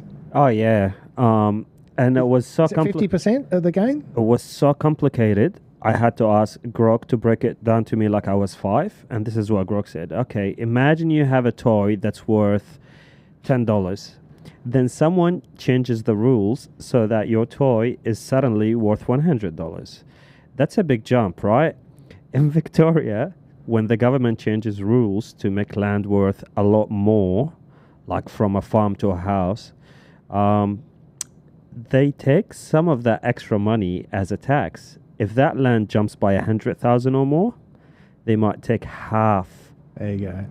of the extra value. If it jumps 50%. more than 100,000, well, thank God. If it's 100 more than 100, it should be. If it's less than 100,000, they'll take it. Mate, not if it's more. So it's a 50% tax, and they want it now. Yeah, I don't know how to break this down to my friend, because he, I've been talking to him for quite a while now, and he's been super excited that they're building something near his farms in Victoria, and now all of a sudden his farm went from being worth $5 million to $12 million. Yeah. I don't know how I'm going to say this to him. He's going to lose it. Well, no, he won't lose it. All that it is, look, he's gone and bought this farm. Yep. That's not a problem. For him, he's cheering, he makes a bit of money. The problem is he should be getting 100% of the profits. Yeah. Maybe with a tiny tax. But the problem is, it's not just investors like him, it's people that are family, generational, been there for like 10 freaking generations. You know, they're literally the salt and soil of this country. And I don't know why I said salt, but basically they are being forced out because if they don't sell, they can't pay, a 50% tax on a land that went from 1 million to 10 million. They can't pay it. They have to sell the whole thing. Whereas with your investor, mate, of course, he'd be cheering, but he's there. It's a financial transaction. It's not Right. He was raised there. His great grandparents were raised there. It's none of that. And that's the problem. So let him know. Obviously inform him. I think he'll be happy though. Okay. But not happy because then he's realizing he's got to give half of it to the government. So That's the state government. State government, yeah. But then he's got to give Taxes on that. capital gains tax to the federal government. How much? 30. What is it? 30? No, to be so. Let's say it's 50, let's say that right? 50% comes off. So you tax now on 50%. So that goes to then 50% of that is taxed. So 25%. Right. So he'd be paying 75% of his earnings. 50% a tax straight away, and then what's left over, 25% will be taxed at his marginal tax rate. So let's say it's 50%, so he might be getting another 12. So there's 62% that he's going to be paying in tax. So the government is your partner in business all the time. They don't lift a finger. Think about that. They don't lift a finger, and they're your partner in business. You take the risks, we'll take a third, minimum. You know what's crazy? I don't know many experts in trusts, but I'm really thinking about it from every angle. If you wanted to get around this law, how would you do it? And I don't see many ways. No, you can't. Because you can't. It's straight on the land. It doesn't matter straight who on the owns land. it. Yeah. It doesn't matter if it's your kid or your freaking dog that owns the thing. Nope. It doesn't matter if some foreign offshore thing or a company or not that donates to Labor or Liberal. You have to pay 75%. It's a minimum. You know, I went to a wedding like a few months ago, and the table I was sitting at, there were between 7 to 10 men who, who's in the wedding business, whether they're musicians or whether they're videographers, photographers, so on. And they were all having a chat. We all having a chat, and they said something really interesting to me. So these individuals that I'm talking about, their businesses make between $1 to $2 million per year. They pay zero taxes on it. And I'm like, well, how are you doing that? They said, well, we get our money overseas. We buy land overseas. We just transfer all our wealth overseas. So they come to this country, they work, and they work really hard, right? But because they getting taxed the heck out of them, they decided, you know what? We're gonna send our money overseas and buy property overseas and not get taxed on it as much as we do here, whether it's Dubai, Lebanon, wherever.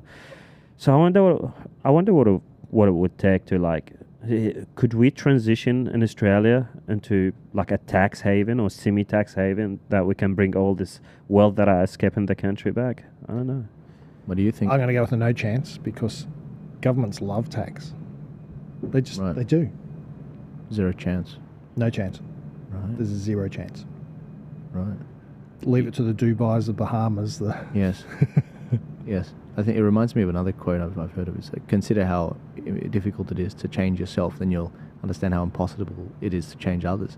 You would literally have to change the voter base and what they want, which is to cut off money which they're already receiving.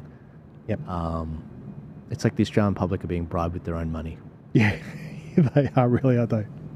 Why would they cut it off? Yeah. So when you see things like what's gone with Argentina and Milei, and they've registered like a 5 to 7% increase in their economic activity, growth, that is, and he's turned it around by cutting all these different, saying afuera to all these different government departments. Yeah. Do we really have to have 80 years of socialism before we can? I would love to see it done. I mean, like I said years ago, I just thought 10% off from council, state, federal. I mean, there's an argument that people used to bring up, we need to get rid of one of the governments, state or council. Yeah, well, okay, that might be a little bit difficult, but we can reduce 10% off everything. Yeah.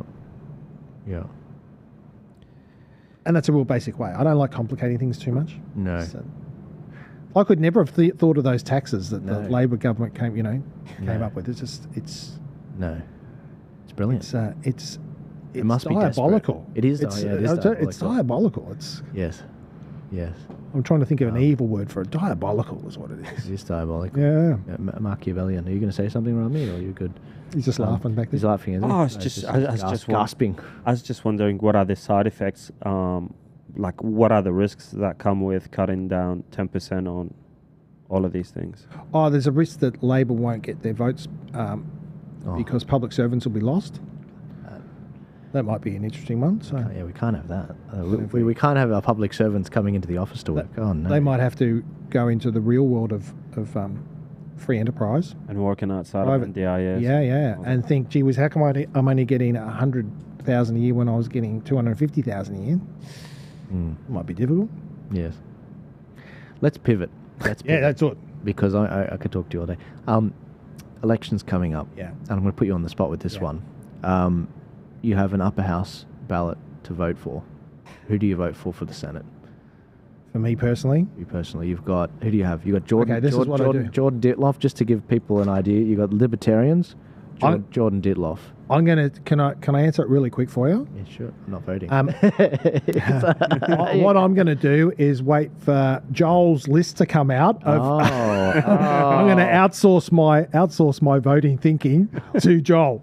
Wow, that was a real. How could you argue with that? How could you? Yeah. Seriously, a man after my own heart. Yeah. That's amazing. No, I was like, oh, he's going to start a civil war in the state of Victoria between these freedom parties. Totally blindsided me with that. Yeah, I thought I might. He's doing all the hard work for you. That's right. That's the beauty. Now, I know we talked about outsourcing our thinking. Yeah. And being mind numb or lazy, mentally lazy. Mm. But you are doing a really good work that people are not picking up. Right. You know, they're just looking at the headlines and you're going into more depth, saying if you do it this way, then this is going to be the outcome. So you want to listen to people like yourself who goes and someone like me is just going to say, well, what I do, I mean, this is really basic. I just go, well, Senate's different, but for the House of Reps, Greens on the bottom. I could get the Greens voting paper and just turn it upside down, and I'll vote that way. Yep. So Greens on the bottom, Socialist Party's down the bottom, Labor will probably be somewhere in the middle, and then your Conservative Party's working down, with Liberal being lower, only because the way the way I've preferenced it would probably flow to Labor. So if I put Freedom Party first, or whoever it is, or One Nation, or trumpets of Patriots, then Liberal would be next, but it's because it's going to all flow to Liberal anyway. Yeah. I saw a great graphic. I might pull this up on screen. Sorry for the sound, guys. But basically, it was it quite efficiently made that point. That step one is basically, look, you're gonna have a bunch of these freedom parties. Rami, if you could pull this up. You have a bunch of these freedom parties, you do that stage one, and then stage two, you go Liberal, National, depending on which one's running in the seat, and then stage three, Labor. I would personally go Labor, then Teal, then Green. That's personally what I would do if I was in. I'd probably do that. Now the only problem with this thing, guys, and this is where I encourage you to get our actual how to vote card, not because it's like Joel's trying to dictate how I should vote. No, it's actually what it is it gives you a good template as to these are the people that are informing Joel. These are freedom-loving people in the area that are saying, hey, this is the local knowledge. You may not have any Freedom Party running there. What are you going to do then? You're going to be like, oh, what? And then on top of that, who is the Teal Independent? It doesn't say Teal next to their name. Who are in Dan Andrews' seat, there are about half a dozen independents there with no That's party probably who you're next thinking to them. about, Mulgrave, when you were bringing it up before. No, there was another election. I'll find it later. Right. But Mulgrave, in the actual in the Victorian state election, there were 14 candidates that ran, 6 of which were independents. No party next to it. What are you going to do? Where do you put them? Would you want to risk putting a good candidate after Labor and risking them not being able to get the seat? And so that's where I do a lot of the thinking, but it follows this. basically, as a general thing. So we do the research, we talk to the candidates on the ground about who are these random independents often we haven't heard of. Very quickly we pick up on who the teal independents are, they're very easy. But to the unknowing voter that doesn't have the time to do that work, you're a single mother or you're in a relationship and got 3 kids, you don't have time, that's where I'm trying to help out. It's not to do the heavy thinking for you. It's not to do the 100% of the thinking. It's to get you about 80% of there, 90% there, and then the last bit you might tweak it and say, you know what, Joel, in that seat I didn't like the One Nation so much, maybe switch it with the Libertarians. That's up to you, but you can see freedom parties, Liberal, Labor, and then the crazy lefties, that rough outline. I think you do a good service there, to be honest. It's a good service that you're doing, because I look at that as well, and the work you've done it's quite immense that you're doing it across the nation. Yeah, 8 elections in 4 years. So you've got a lot of experience, a lot of knowledge. Your team's got a lot of knowledge yourself, and I think it's something people need to, if they're conservative, they need to look at that and go, okay, without outsourcing the thinking, like you said, you still want discernment yourself, because you may know the candidate there that's the Libertarian and go, no, I want him first, or her first, because I like that person, and then I'll follow your rest. Yeah. But at least you put it in order where people won't inadvertently, because if they didn't know, put a teal as number 1. No, exactly, and that's the other thing you mentioned there. It's doing the majority of the thinking, getting people there. They make that last step. But in an ideal world, we have one right-wing minor party, not 6. So if you guys are getting angry at me, you guys start playing the 9 freedom party sort of color game, and it gets tribal. It's like, guys, I wish there weren't 9 parties. I personally wish there weren't 9 parties, but there are. Yeah. And that's not my fault, but it's illegal for me to put a how to vote card out without numbering all the parties. So we have to pick an order. I can't put, I actually legally can't put 1 for all the freedom parties. So you make up I actually can't even legally do that. I get sued by the Electoral Commission. So there has to be picked an order. It is not picked by me, contrary to popular belief. I have local teams in each state. I consult them. I send them a Excel spreadsheet. They send me back how they would vote in their area. And they also we do one for the state as well, where they also weigh in on that. And that's how we keep politics local. And that's why we pick up on things that I wouldn't know. Like, I've never been to Tasmania. How would I know about these random independents? Yeah, right. And the fact is, I don't. That's why I outsource it.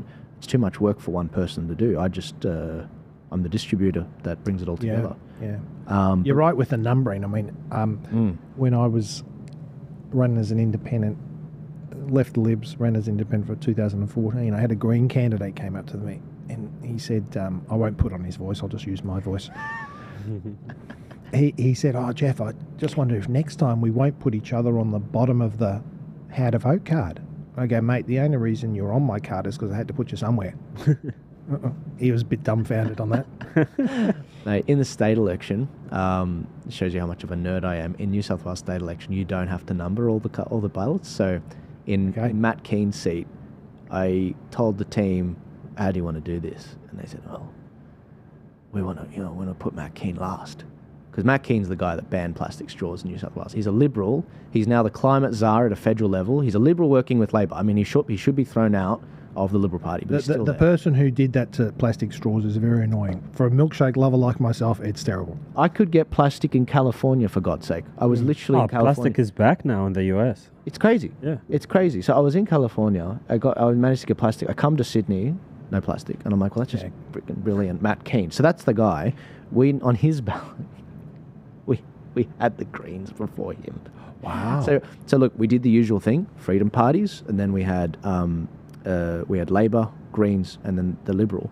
And the reason we did that was, one, we knew it didn't matter how many cards we got out, he was going to win that seat. It was a safe seat, 16% Liberal, and it paid off. We halved his margin. So we got him from 16 to 8%. Whereas in other seats where there's great Libs, like Tanya Davies, she was one of only 2 seats that we increased the margin across the whole state. Only 2 seats. Yeah. So that sends a message internally to the Libs, hey, maybe Tanya Davies' politics is better then Matt Keane, Are they the picking up on that nuance? Are they picking up on that? Well, it's not really a nuance. It's quite clear. Are they picking up on that? They're definitely not. Yeah. And the problem is that they don't want to. They've closed their eyes and ears to the facts that they don't want to hear. These are inconvenient truths to them because the Liberal Party's been captured. You know this. Yeah, yeah. That's why people like Bernie Finn, Moira Deeming, Gerard Rennick, Craig Kelly. It's sad. It's sad because it is the number 1 or 2 party. You need a major party, and that this is something the Freedom Party's got to get their head around. Yeah, okay, guys. First off, there's 90. You should be one. But second off, you are the sidekick to a major party. Yeah. Now you can insert some steel into the major party if you get your crap together and become one party. But the problem is the major party also has to be. There needs to be a revolution in there. It does. Yeah, I agree. Yeah. But when they're not accepting members of Conservative or other backgrounds, it's difficult. I have in some states they are. South Australia, WA, they are. Tasmania, they are. But you're not wrong. Victoria. Yep. We'll chat off camera about that. Yeah. New South Wales, they deliberately go after certain branches. And Queensland, they don't even take proxy votes for Gerard Rennick, even from Peter Dutton. Yeah. Despite the rules being proxy votes should be counted, they didn't count Peter Dutton's vote. And I did hear a bit of that. And when it went to the courts to be refereed by a judge, the judges said it's not justiciable, meaning we will not police or be the referees to party matters. Yeah. So the parties are a law unto themselves. Yeah. And I'm like, well, that's just brilliant. That's just excellent. Because now the Liberal Party is going to die. And it's going to collapse in on itself because it is now... It's like turning the comments off on all your posts, basically. You don't realise that maybe your videos have been muted by some technical error and it's not coming through. If the comments are off, you don't realise it. You're like, it's done all right. Not too many likes. And that's the problem with the Liberals. If you don't have that connection to the audience and to your electorate, then... Let's stop talking about me and the election, because this is becoming too much of a... You've flown all the way from Victoria for this chat. What do you think is happening? By the way, do you have a hard finish? Is it 2:30? Yeah, 2:30 is fine.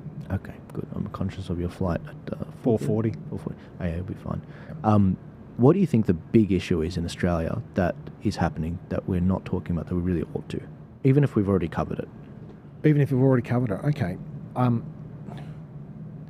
Well, leadership's a big one. I don't know if that's something... Huge. Yeah, it is huge. We did a 2-hour podcast the other day on it. Okay. Yeah, absolutely. Huge. So I won't... Go for it. Go for it. Absolutely. I think, you mentioned some presidents in South America before. We've got the Italian one. We've got the one who's going to come in Canada. More than likely, we've got Donald Trump, who are making some hard decisions because they're against what's been the norm for quite some time. So whenever you go against left, it's going to be hard. It's going to be hard, and they're going to fight back. But he's showing some leadership. Whether you're like, tariffs are good, tariffs are bad, or it's going to wreck Australia, he's showing some leadership. He's getting someone in there, thinking outside the box, and getting the richest guy in the world to go through the various government departments to cut waste. I think that's brilliant. I think that's great leadership. Did you want more of the same? Some people do. I'm quite excited about the change that is happening. Now, I'm not just change for change's sake. So if we think back to Kevin Rudd and John Howard, Kevin Rudd came in, it's just a change, like changing the curtains at your house. Well, yeah, okay, but no. Yeah. So I think leadership is certainly, like I would call Dan, some people may not agree with this, but Dan Andrews was a leader. I would agree. I don't agree with the things that he did. I would never follow him, but he was a leader, and many people followed him. Yeah. Now, you can talk about good kings, bad kings. He was certainly on the bad side, in my opinion, but he got voted back in. So what does that? That either says something about me, I'm completely off base, or it says something about the people who voted him in, or it's also what my wife says is, people aren't stupid, they're ignorant. And it's the education you're talking about, how to vote. This is how you would vote. This is how preferential systems work, because Majority don't understand. Yeah, no, Because it's not their skill. It comes up every couple of years. It comes up with a council, state, federal election, by-election. Yeah, they're not interested in it. They're doing families, they're doing sports. They're running around doing things. They've got work. and they keep changing the rules. So even if it came up in school, they've changed the rules like 5 times. Like when I learnt it in school, the preferences would get allocated by the party. By the time I got to voting, they changed that, so you'd allocate it yourself. So it's constantly changing as well. I mean, I struggle to keep up. And I do, anyway. Yeah, that's right. So I think leadership one, but I think one that's not mentioned before, and I'm not really too concerned. Well, I sort of am. I'm a Christian, so I think the values that Christians grew up with have been eroded dramatically by governments. They've been talked to Dan. I mean, Dan Andrews closed churches but opened bottle shops, as we talked. Open Rami's brothel. Bishop's going to kill him. You could probably cut that. You could probably cut that one. So there's that that spiritual death that we've got. Yeah. And it says, I know you quoted a Bible verse before we got on air before, but it says people die for a lack of knowledge. Knowledge of God's word is what they're dying of. So, and I know I'm not here to preach today, but we're lacking that. We're not just cost of living, material pressures. Our kids at school are feeling the pressure as well. But there's another agenda that's been thrown, and it's that whole leftist agenda. I call it the die, not the DEI, the die. That wokeness that's getting put. My son's in the army. He's in the infantry. He said wokeness has gone through the army. He hates it. Really? Right. Thanks for sharing that. I didn't know. Yeah, that. He hates it. Wow. Hates it. And he's my size, probably slightly taller, but another 15 kilos. He's a big unit. Big unit. Love to meet him. Yeah. Well, he'd be an interesting one to speak to, actually, if you want to do a military one. No, I'd love to, because people reach out to me all the time, especially during COVID and the jab mandates. They were being forced out. He didn't take the jab. He didn't take it. They kept him in. Kept him in. He didn't take it. Wow. I haven't been able to get anyone on federal camera to talk about someone in the military. I haven't been able to get anyone on camera. That'd be exciting. Well, no. We couldn't, but I've never been able to even get a family member to talk about it on camera out of fear of... So what was the situation with him? He just didn't take the jab. He said not taking it. I think it came under federal workers or something. Yeah. I mean, they take a lot of other jabs for things. They got, your typhoid and your overseas jabs for that any time you're going to be called over. But he said, no, I'm not taking that. I thought, good on you. Good on you. So he doesn't like that whole wokeness that's coming through the ranks, and it's taking the strength out of certain divisions in the army. Because you want an army to be strong. You don't want them to be limp-wristed and weak, and they're guys. They're girls as well, but it's army. You've got to be strong. Yeah, and we want our enemies to fear us, and our allies to respect us. And when we're painting our fingernails, and when we're twerking at the opening of a new ship for Australia, it doesn't exactly instill fear into the heart of Putin, or Xi, old mate Xi. Right. So I think that whole wokeness, it's something that the government has put upon, but at the same time they've taken Christianity out. Christianity was removed by Dan Andrews. There's a chapter in there. I call it. It's chapter 666. That's chapter 6. Ah, yes. It's called Devil Dam. Every chapter starts with D. That's right. I noticed that. As I open the... Yeah. D for Dan, but chapter 666, Devil Dan. So, and there's another one, Despicable Dan, there. But it talks about these things that he's brought in. So, for example, 2021, Australia Day. Australia Day was closed. No marching, nothing for Australia Day. The next week was the Mardi Gras. He led the next week. The next week, he led the Mardi Gras. I still remember that shit. There was another one. This because I'm very much for the veterans and for defence and army up. And it happened in 2021. 2021, there was 1,400 people allowed at the Anzac Day morning dawn service. Only 1,400. 8,000 were allowed. This is at the Shrine of Remembrance. 8,000 were allowed at the 10 or 11 o'clock service. Numbers that lowest they've ever been because they were restricted. And then we had 74,000 a couple of hours later, just down the road at the MCG, watching Essendon Collingwood Anzac Day. Was that in 2021? 2021. Mate, pull this up. 2021 or 2020. Yeah, okay, there's one of them there. There he is. So did I say 21? Mate, he was a cook in you did say 20 or 21. That he was a cook in the military. Every time I say, "Oh mate, you're an Anzac warrior, you're a veteran." He said, "Mate, I was just a cook." All right? But the idea that his comrades died on the fields for our freedom, and he's just locked out of this. And he's behind a fence. He's behind a fence. Yeah, that's not just a grid. That's a fence. Literally. It's like someone get the man a grinder. Yeah. And, it makes me so... It's like we've lost our sense of self. It just makes... I spoke to veterans. You speak to a lot of people. The RSL sort of I like the RSL. I mean, I play bagpipes there. I do all sorts of... So I'm very close. I'd speak to some of the veterans and some of their stories are in there. I've got a chapter in there called Digger. And it talks about the veterans there. It talks about this Anzac Day closure. But he did... And the mental illnesses that they already... Sorry, the mental strains that they already have now. I mean, one guy there I quoted, he said he's in his 50s and he's got a few issues.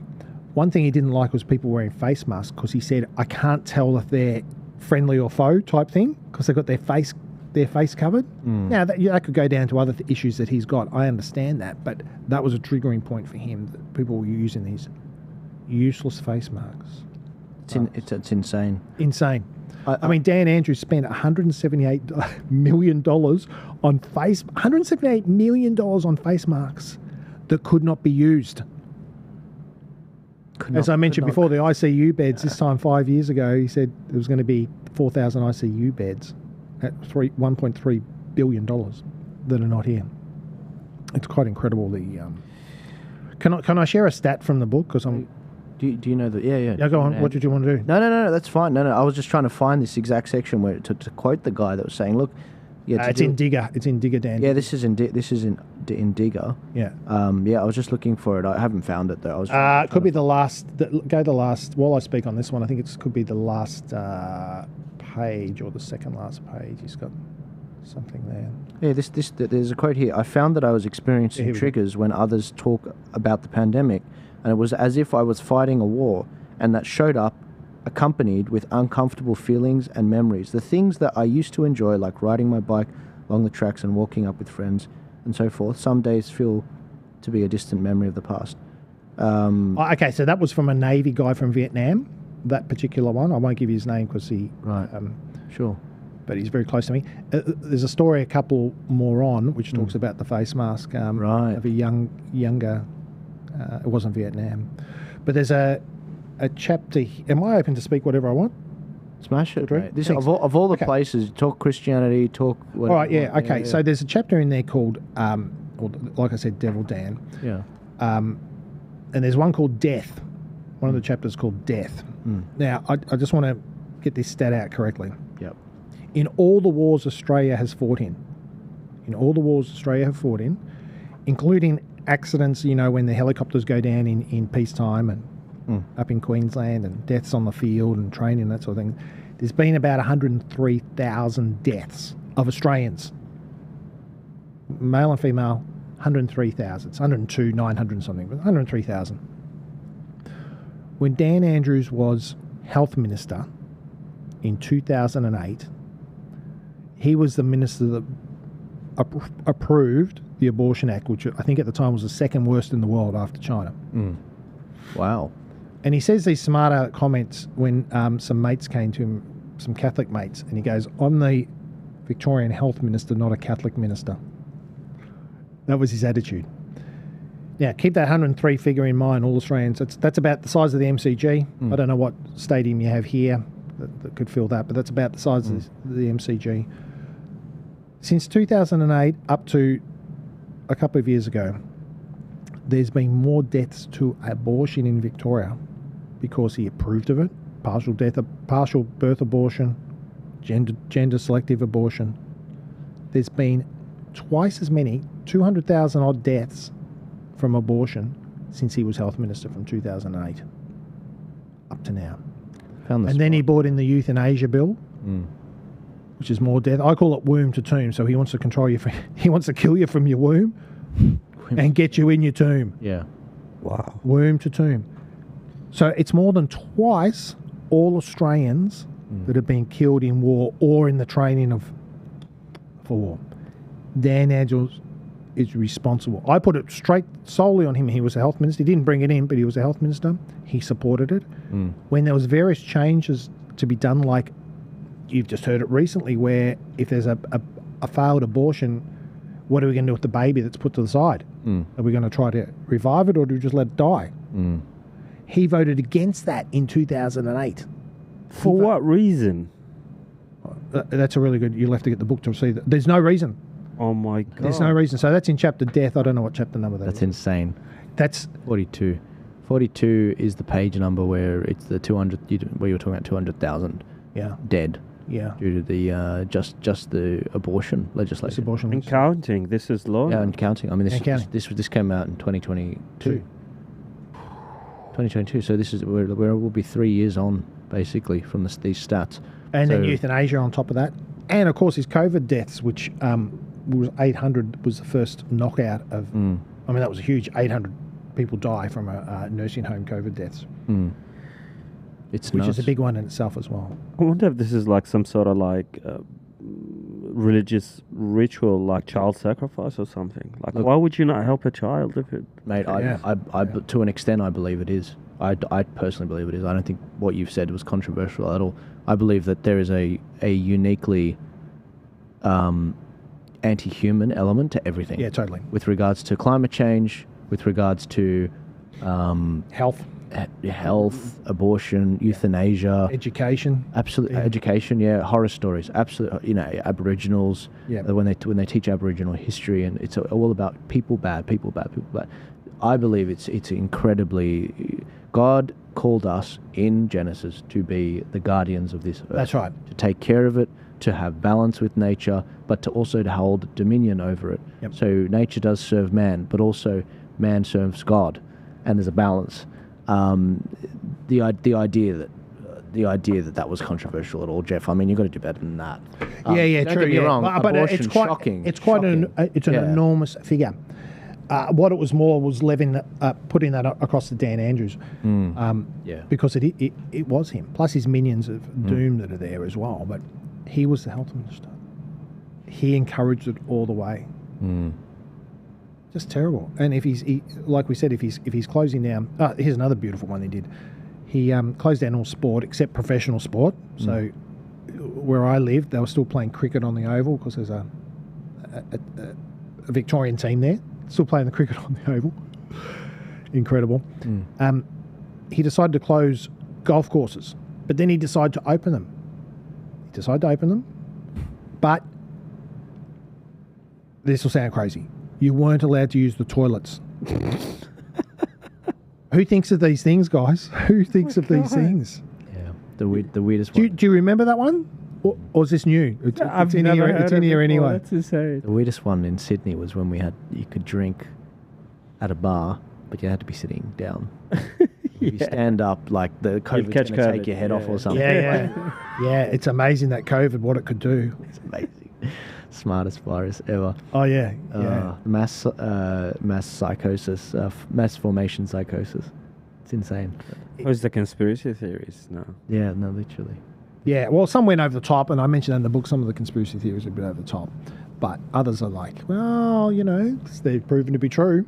Yeah, they've proven to be true. Yeah, the whole leadership thing as well. I mean, the whole morale of an army is critical. It's absolutely critical. Yeah. I was just listening to a chapter in like the 30 Laws of War or something, Rules for War or something, by Robert Greene, and there's a section on morale and what can be done, and he recalls the story of Hannibal and what he did going over the mountains and into the north of Italy, catching the Romans by surprise, he lost something like 75% of his troops making that trip over the mountains. Wow. So he only had 26,000 left.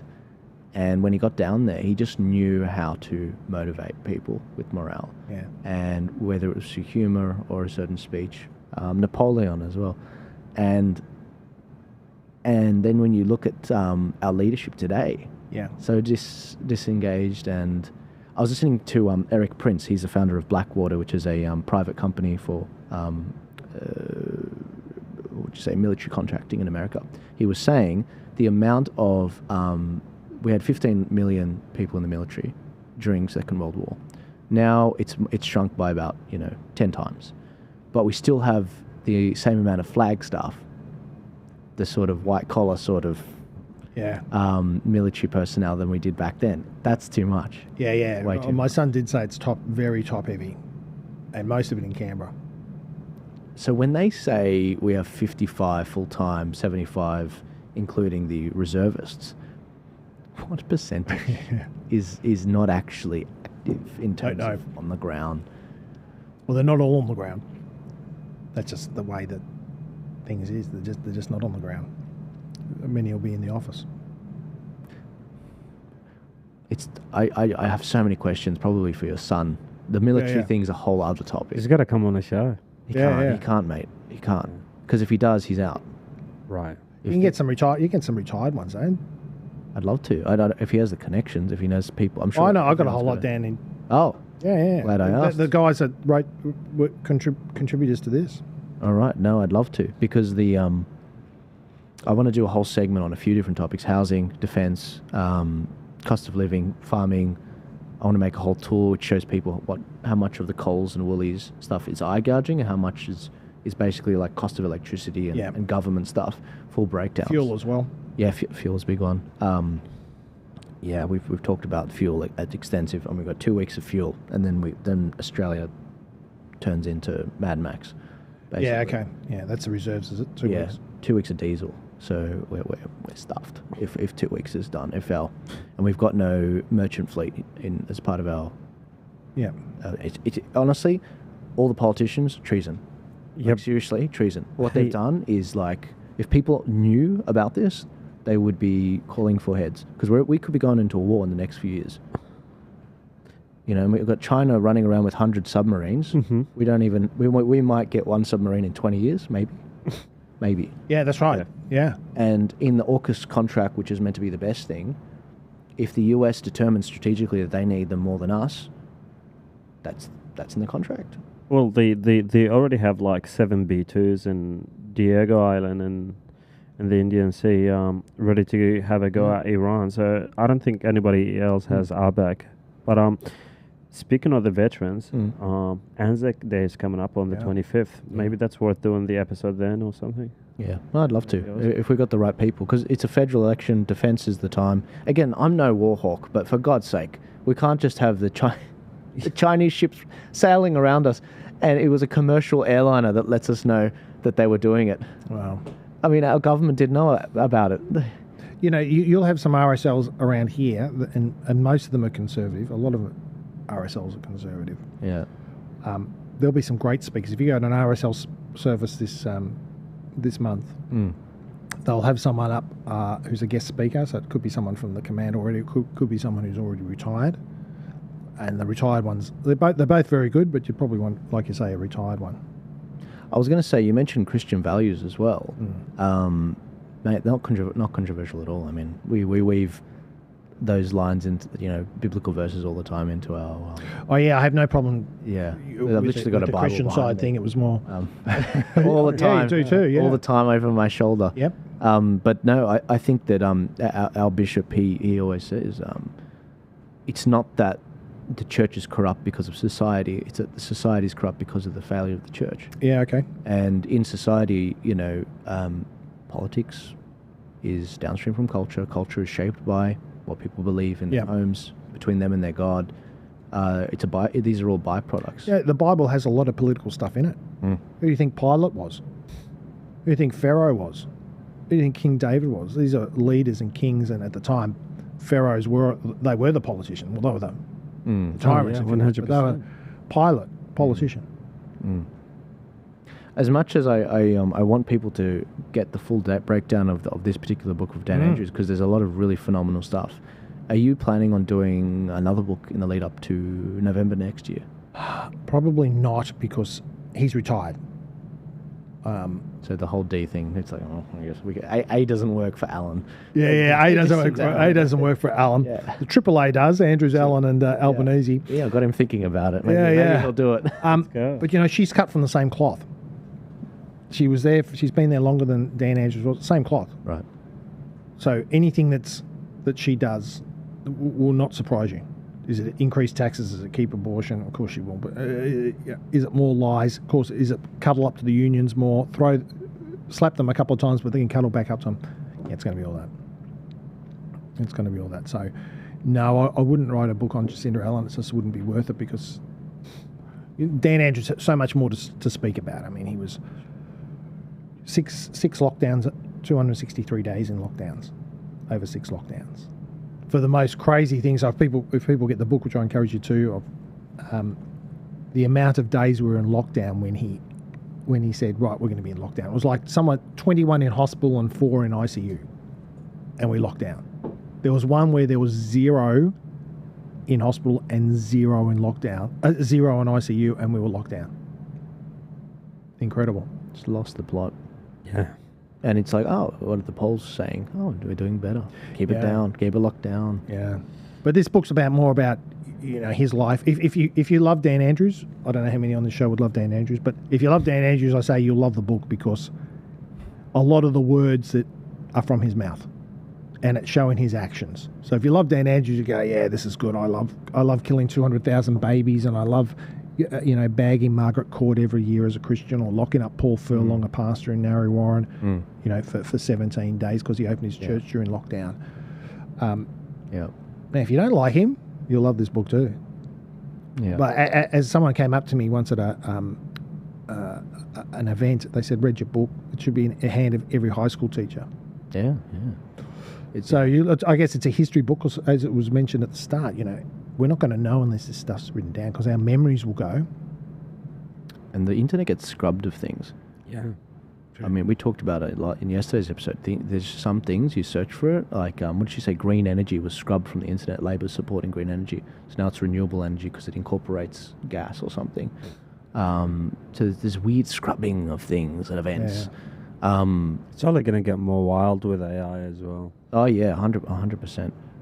But yeah, I mean, the whole lockdown thing was nuts. And what's insane about it with Dan Andrews is I was really upset when he resigned, and a lot of people were like, oh, why, And look, if you want to see Dan Andrews' greatest hits, I mean, it's all in this book, as you say.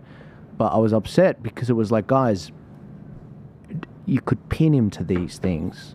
That's the clearest. Yes. Now you're just going to get a nameless, faceless person. It took me a long time to remember her name, Jacinda Allen. Yeah. And I said, that's the point. That's the point. So with Scott Morrison, you're like, oh, Scott Morrison. You have a full download of all his history, and oh yeah, he did the portfolios thing, and he got caught doing that and this and that, and so you remember all this. Oh, I don't hold a hose, mate. Once you get a new nameless, faceless guy, like I don't know who's another liberal, Alex Hawke. Most people wouldn't know who Alex Hawke is. I have no idea. And it's like, well, now we've got to start the whole education process back again. It's harder to connect ScoMo with Alex Hawke, and that's the challenge. Yeah. That's the challenge. It's the amnesia, would you say, of people? I think that people get busy. Yeah. And like we said that comment before, where the more information that comes out, your knowledge halves. And you forget. I can't remember what I had for dinner 2 nights ago. Yeah. But that's always been the case, because life goes on. That's right. But I know I had that meal because I'm here today. So I may not remember the message that was preached last week, the week before. But it still sustained me. Absolutely. There's still a legacy of that. Dan Andrews has left a legacy and it's a bad legacy, I think, for Victoria. It's a legacy of massive debt, more than any other state, more than some states combined. He's left a death legacy. He's left, and that's not just in the abortions that we talked about, and euthanasia and COVID deaths. It's also in deaths of businesses. And, you talked about morale before. There was no empathy from. He was one chapter in there is called demoralising, because he was. He'd come out every day with his. There was 200 of them plus deadbeat sermons every day about here's the numbers, and there was no hope, except for little one-liners that he pinched from other places in the world, like we're all in this together. You know, it's like the union, the super fund ads. It's like the Build Back Better. Yeah. Yeah. Or you know, we're flattening the curve, what you mentioned earlier. Or another great one was staying apart keeps us together. I mean, these are we can laugh about it. They're really good at these, like, you know, one-liners. Oh, the slogans are. It makes everything forgivable. It's like, oh, yeah. why didn't you say so? You know. But when he did come on and he said, you guys may not remember this, but there were some people at Rye in Victoria, which is 2 hours from Melbourne, hour and a half from Melbourne. Long, you know, it's beach country, if you like, way down. And there were some people there watching a sunset.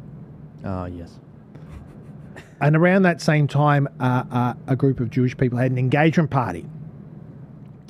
And he came out and said, look, I'm sure the sunset was really great, but these are shitty decisions. Excuse the language. He says it's in the book. Yeah. These are shitty decisions that you know, are making everyone. It may not be a super spreader. Super spreader was another. May not be a super spreader, but we don't know yet. So just it was demoralising. The fines were demoralising. Having to wear a face mask for people surely was demoralising. Yeah, kids can't play on the playground. Oh, here's another beautiful one. Yeah.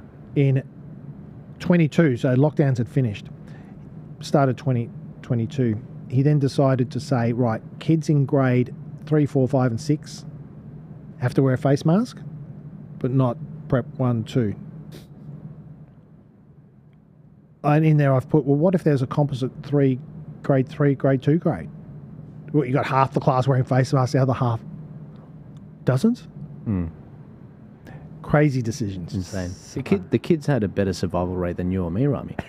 Yeah, of course it was like 0.1% or something crazy. Like not even. Not even. No. It was tinier. Yeah. No, and it wasn't from COVID that they died. They had, if they did.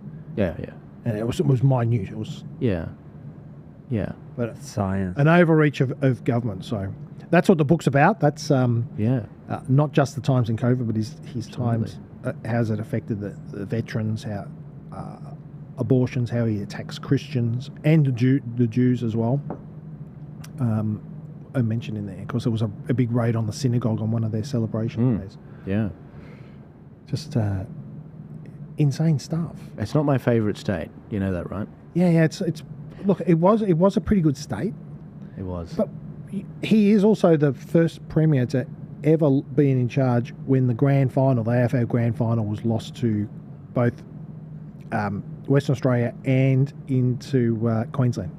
In fact, Melbourne won their first grand final in decades, was played as a state. Such a shame. Yeah. It's such a shame. So it's a historic book that really needs to be, people need to go, wow, okay, so this did happen. And hopefully people will look at that and go, okay, what will I do next time? Now that I'm armed with this information in front of me, not spread out over 2 years, but it's in, you know, less than 260 odd pages. What am I going to do with that information? Are you going to say, oh yeah, I knew all that? No, you didn't. You didn't know all that. I already know no one who read that book will know all that, because there's stuff that I didn't know and there's stuff I had to search for to know. Yeah. And if they did know all that, which they didn't, they would have forgotten by now. For sure. I mean, I forget all the stats. I used to know stats about ivermectin and humans hydroxychloroquine. I mean, can you look up how many people have left Victoria since 2020? Because I remember it was the end of 2022, something like 200,000. Yeah, there was a bit of an exodus. And so I'm a bit, part of, and look, that's partly what's driven up the costs. People retiring early or moving up with assets, and they move to Sydney, they move to Brisbane, they move to South Australia, Adelaide, and Perth. And we've obviously seen the increased demand on already supply problems. And I'm just curious how many people left in total, because in terms of votes and strategy, it's like, well, that's great. We just lost a lot of really competent people. They're like, you know what, screw this. So it's even more entrenched to the left. Yeah. And then to add insult to injury, we've also got the mass immigration thing going on in Victoria just as much as New South Wales.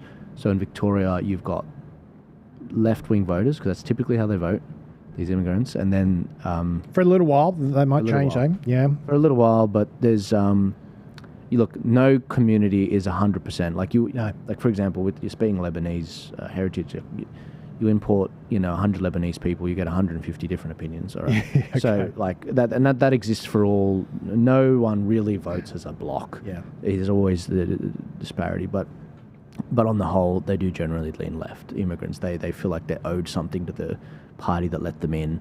But my parents, they always voted Liberal. They always saw Labor traditionally as being the spenders and the Liberals as the savers and the good economic managers, but that's changed recently. Yes, it has, yeah. What was the number, mate? So it's projected by the end of the year, this year, to be close to 350,000. Since 2020? Yeah. Is that net? Yeah. Or that's for everybody who is migrating to live somewhere else outside of Victoria. Okay. What do you think about that? Sometimes I'd love to be in that 350.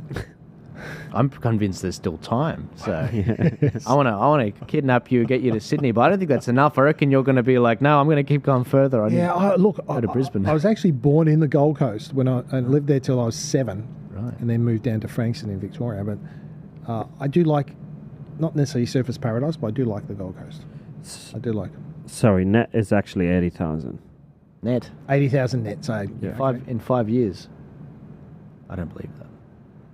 Is that in 5 years or just last year? I said 20. I said 5 years. Since 2020, but yeah, but gross departure is more than 300,000. Yeah. Yep.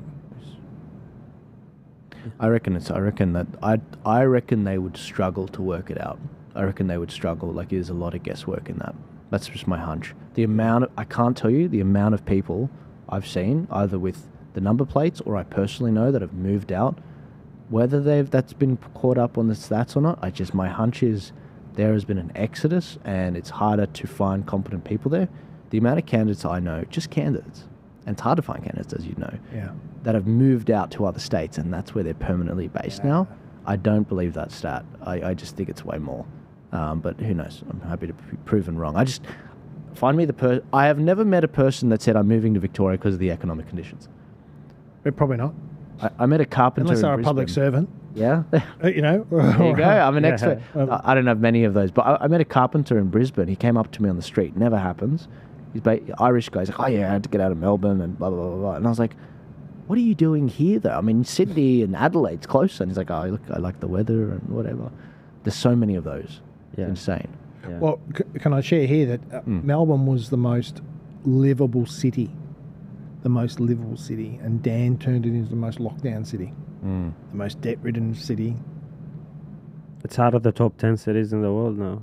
Once upon a time, Sydney and Melbourne used to be the safest cities in the world for women to walk. Yeah, and they're still pretty safe, most areas. And compared to what, like Africa or South America? Every Sydney and Melbourne, in the world, they were the best for a number of years. I don't think they're unsafe. I think we've still got a very nice country and the culture is still good. It's not as bad as the UK yet.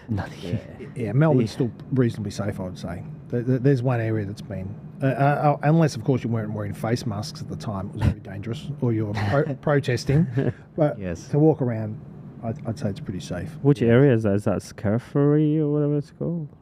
Whereabouts? Scarefield or something? Yeah. Scaffery? I'm terrible, man. Mate, I don't know Melbourne either. And I thought I've done local and state. I haven't heard that one. Do you have any idea how hard it was to do the how to vote cards for the local elections in Victoria? It was like 500 different wards or something crazy. Wow, it's insane. There was no data points to find anything on these areas, but we somehow got 100% coverage. But they never been done in history, by the way. No one's done, Joel. Yeah, no one's ever done how to vote cards for New South Wales or Victoria for local elections. So 80 councils? 88 councils? Something like that. With about 9 wards in each or something ridiculous? Something crazy. I think they've changed now. You'll Right. be happy to hear that. Certainly Frankston has changed. I think that's to good. 3 wards now. 3 wards, that's good. That's better easier than- for us. Yeah. Yeah, so you know who helped us? And no one's going to really hear this. I don't care if they do. So they're going to kill me if I do this. It's going to be hilarious. I really don't care. Melbourne's a different place. The amount of right-wingers there that are just cowards. But here I am. I'm like, oh, yeah, that's what I did. There's a website called Rainbow Votes Matters. Called Rainbow Votes. So you can actually go in there during the local elections and you could see how many people made the pledge to the LGBT sort of. Wow. So me and the team, we used that. They did every seat. They worked so hard. Yeah. So me and the team, where there were doubts, we used that to get 100% coverage. So we just You just reversed. Yeah. Yeah. I was Beautiful. like, thanks, guys. Lovely. So we were contacted by an ABC journalist during the election on our Instagram. I was like, I'm not going to answer it. And I was like, whatever. Yeah. He said, are you supporting fascist candidates? Is that the basis on which you're... I'm like, no, I didn't. Obviously, there's a million things you could say. But it drives them nuts. Yeah. Because in Sydney, it's a very different place. This is why I think that, with respect, I think it'd do a lot of Melbourners good to come to Sydney for their health and for their energy and for their morale. Yeah. Because Melbourne is I feel the drain when I go down there in a big way. And it's not just the weather, there's something spiritual going on, I believe. Yeah. And when I come to the difference between Melbourne and Sydney is when Antifa and the left-wing groups rock up, everyone's scared shitless, basically. You got the police, they're the only ones that'll crack them down and whatever, or the crazy white nationalists that do their weird Hitler thing. Yeah.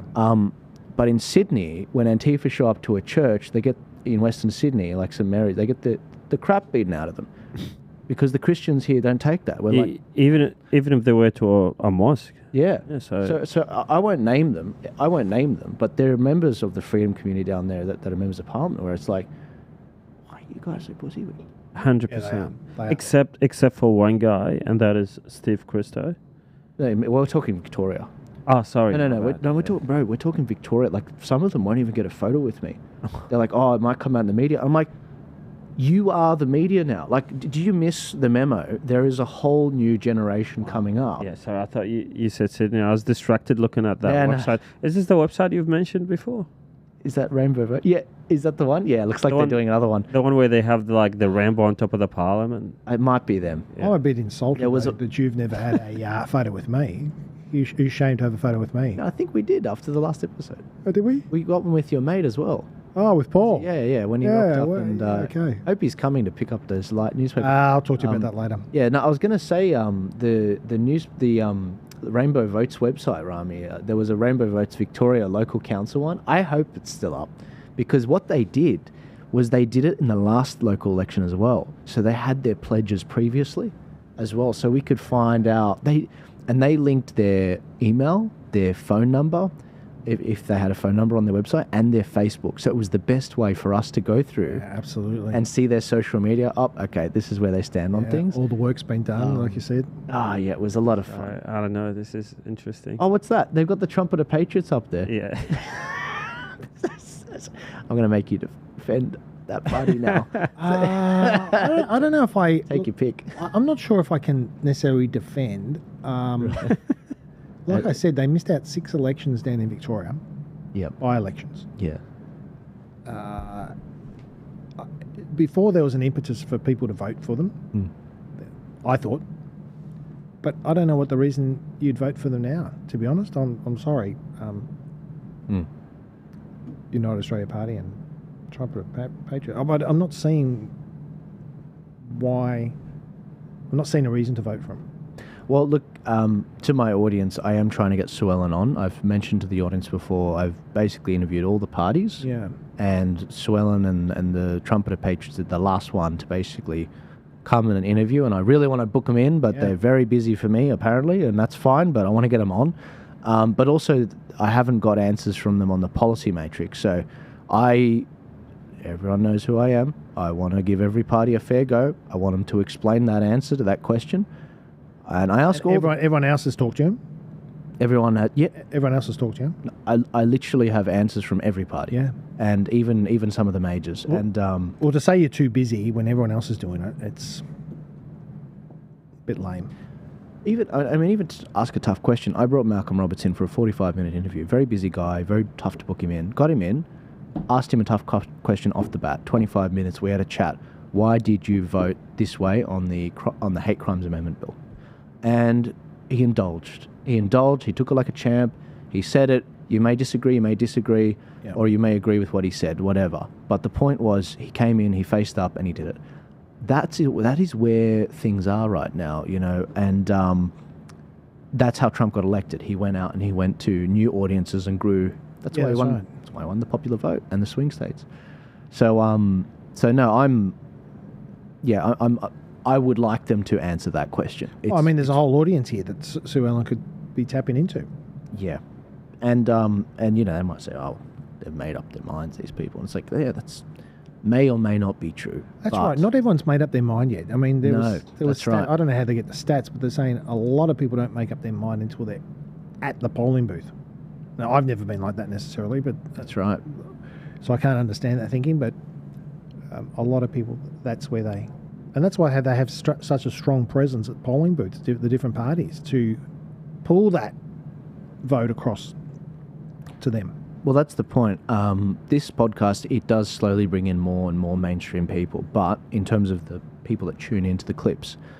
But most importantly, it has a core base of doers. These are the Spartan warriors of the no vote. These are the Spartan warriors that the freedom parties have that get that 15%. These are candidates, volunteers. You need muscle of course. At an election. Now, look, if they're rolling in candidates and if they're rolling in volunteers and they've got 100% coverage of every seat, God bless them. I'd love to get them on to get the word out. But my wager is they don't. Yeah. And you need to win hearts and minds for your core followers in order to do that. Otherwise, what are you doing? It actually looks like you're spoiling the vote. That's what that's what a lot of people are saying to me. They're saying it just looks like a spoiler. They're unreachable. They're this, they're that.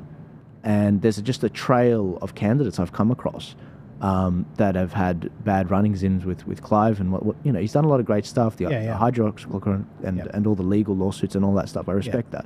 But being sober here, like, what gives, mate? What gives? Like, this is where you need to be, and you're falling short of the mark every election. This is the first election. I mean, I would like. I don't like saying it, but if I was to do a prediction, he won't get 1% of the vote across the nation. Right. I don't think. What did you get? But you're the numbers man with this, mate. I don't remember what he got last time. But the Freedom Parties, they got a decent percentage. I know it was 15. Roughly 15% on average in each state. It was somewhere from like 11 to about 18% in each state. Rami, how does that come out? UAP total votes, ABC election. I might get. While you're doing that, can I do a quick promo on the book? Please. Can I get you to get this book, Dan Andrews Unmasked? Dan Andrews Unmasked. We're actually looking at the only camera that isn't for the show. Which one should I be looking at? This one? That one there. I'm looking at that one there. Literally, look at the security camera. DanAndrewsUnmasked.com. DanAndrewsUnmasked.com. For viewers of this show, I've already gone on and reduced it to $30 for the book. There you go, Rami. Pull this up. This is the website for Dan Andrews Unmasked. Well done. So you guys can see. Now, I hope I did, because I actually went and personally did it. They're book 30. Okay, so that's me. So there you go. Phenomenal. $30. Guys, go get one. Last time we had a show, we had Chris De Bruin. He was on the show, and he bought one while he was on here. And then I do believe you said to him, "Oh, mate, I was going to give you one." Yeah, I did. And you caught him out. Did you get one, Rami? Did I give you one? You'd skipped. I unfortunately, you guys forgot about me. Oh, we did do. You can have this one, mate. Well, go, mate. Do you want a sign? Can I change the cover or? Yeah, what you do, you can turn it over and there's a picture of me just right there. Yeah. Or you could just rip the cover off or put a picture of someone else. I'm sure we got some stickers here. We can put a Trump sticker or something on. By the way, the UAP did receive a total of 600,000 first preference votes. For the House of Representatives last run, which is 4.1%. For 4.1. Yeah. Right, 4.1. Yeah, look, I think there was a lot more energy last time. There was. There was a reason for people to vote. And credibility of Craig Kelly, whatever you think of him now, at the time, he was the guy that left the Liberal Party. No, I like Craig. I like Craig. I haven't spoken to him for a while, but I like Craig. Absolutely. No, me too. And he's running in this state on a coalition ticket. Craig Kelly won, the Hart Party, Michael O'Neill number 2, and then Gerard Rennick's candidate number 3 as a coalition ticket in New South Wales, first of its kind for a while. But yeah, look, I would like Sue Ellen to come in and explain to people what her policies are, how she differs from One Nation and the other existing I think that would be good. And I think it's only fair. There might be things there that we just haven't heard of yet. Exactly. And it'd be good for it to come out. They're running out of time as well. They got to campaign harder. They got 32 days. Yeah. So did you know when the election was called, we had 19 business days because there's so many weekends and public holidays. Easter, I guess, and Anzac Day. It's insane. Yeah. Just after that budget of giveaways. You know, we saw that in Africa. I'll end on this point. In Africa, they do all these handouts. They basically starve the people for like 3 or 4 years, and then 3 months out, the party that wants to get elected, they hand out all this meat and all these, sort of benefits, and then they end it basically once they get elected and voted in. It's like, oh, that's like first world, third world. It's the same thing. So, bread and circuses, my friend. After power, for some reason. Yeah. Big motivator for a lot of them. Power corrupts. Yeah. Well, look, this has been a full... I feel like we could chat for another 2 hours, but you do have a flight. Thank you for coming to Sydney. Pleasure. And it was nice getting off the plane. It's the airport's very nice. Coming to St. James Station, I was a little bit early, so I went for a walk around the park there and the fountain in the middle. Beautiful. Nice spot. That's phenomenal. Did you stay? You should stay, honestly. Yeah. Did you notice like a bit more migrants than usual? No, I didn't really. People were. It's quite a sunny day out there, and no, I didn't really pick that up. You should stay, mate. Honestly, I know you got family down there, but honestly, I think that it'll do you wonders being in Sydney. Even if it's not in the inner city, I don't like the inner city here at all. I try to in and out. But no, like I think that there's a lot of great places in up and down the coast. There's some great freedom people in the Illawarra, great people in the beautiful people in the Hunter. The times I've come here, I love Manly Beach. Right. Oh yeah. It's very catch a ferry across there and. But you're right with Melbourne; it's like a dark cloud. And you've pinched it from the book as well, because I say there's a dark cloud of Dan Andrews over the place, because there was a depressive stronghold. Yes. Yeah. I don't think you fought me on that in the last election. In the last podcast, I said I felt it was demonic. I'd been there before. Correct. Coming back after all the COVID stuff, I was like, I got sick within a couple of days. Every time I go to Melbourne, I get sick. Well, that's why there's a chapter in there. And it wasn't, it's a bit of a play on chapter 666, Devil Dan, because there's evil stuff that's happened from the head, being him at the time, down, across the state. Yeah, I think people that don't take that stuff seriously, they really ought to check themselves. I mean, and I think we are seeing a return. I love seeing the bishop go viral. I love seeing a video where it's got 1 million likes. Is that the bishop? Is your bishop the guy who Murray, got stabbed? Yeah, stabbed. That's the one. This is why we're fearless. It's like, well, if this is leadership, then imagine the downward effect on the sheep. Have you had him on the show? Not yet. I honestly, what's funny? I don't even ask him. Actually, because he gets so many requests, I feel weird I feel dirty asking. I just love that he's my spiritual leader.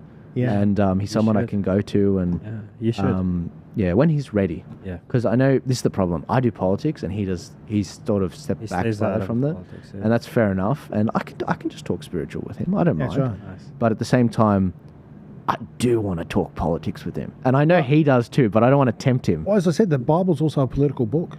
It's not just a book of history. It's not just a book of salvation. It's a political book as well. Faith without works. It's a book of. It's literally a book of laws. So, a book of laws. Law of laws. Oh, sorry, laws. Yeah, book of laws as well. Yep. Yeah, the Jews have like 613 laws, right? Mitzvot, I think it's called, in the Old Testament. A lot of laws. Leviticus. Oh yeah. The law. Thank you for coming. You're welcome anytime. Next time. Thanks for having me up. Rami, thank you. Thank you. You're the go-to guy now for all the information that we want in about a second. That's it. Yeah, thank you. What was that law? Can I just ask, what was that law called? I said it was the zoning law. Oh, yeah. Was there an actual name to it?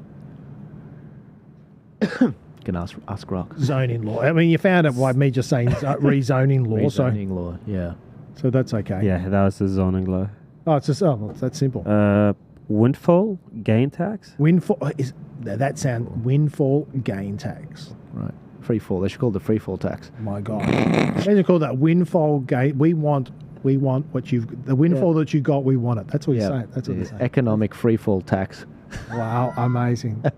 No, but it's been wonderful coming on. No, honestly, my pleasure. Next time, I want to make it a longer trip. I'd love to do, not take you out for dinner, for a romantic dinner. But I sorry, how do you step back from a conversation? You just don't do it on. What is it, February 14th? February 14th. No, look, I'd love to, pick your brain more on the next podcast. See where things are going. Maybe before, maybe after the election, to pick apart how this is fought. I have no doubt there's going to be a lot more economic policies, as there always are, when they're like, oh, I won't answer. As the election goes along, we'll reveal more of our policies. Dudden pulled that one, a hard and fast one.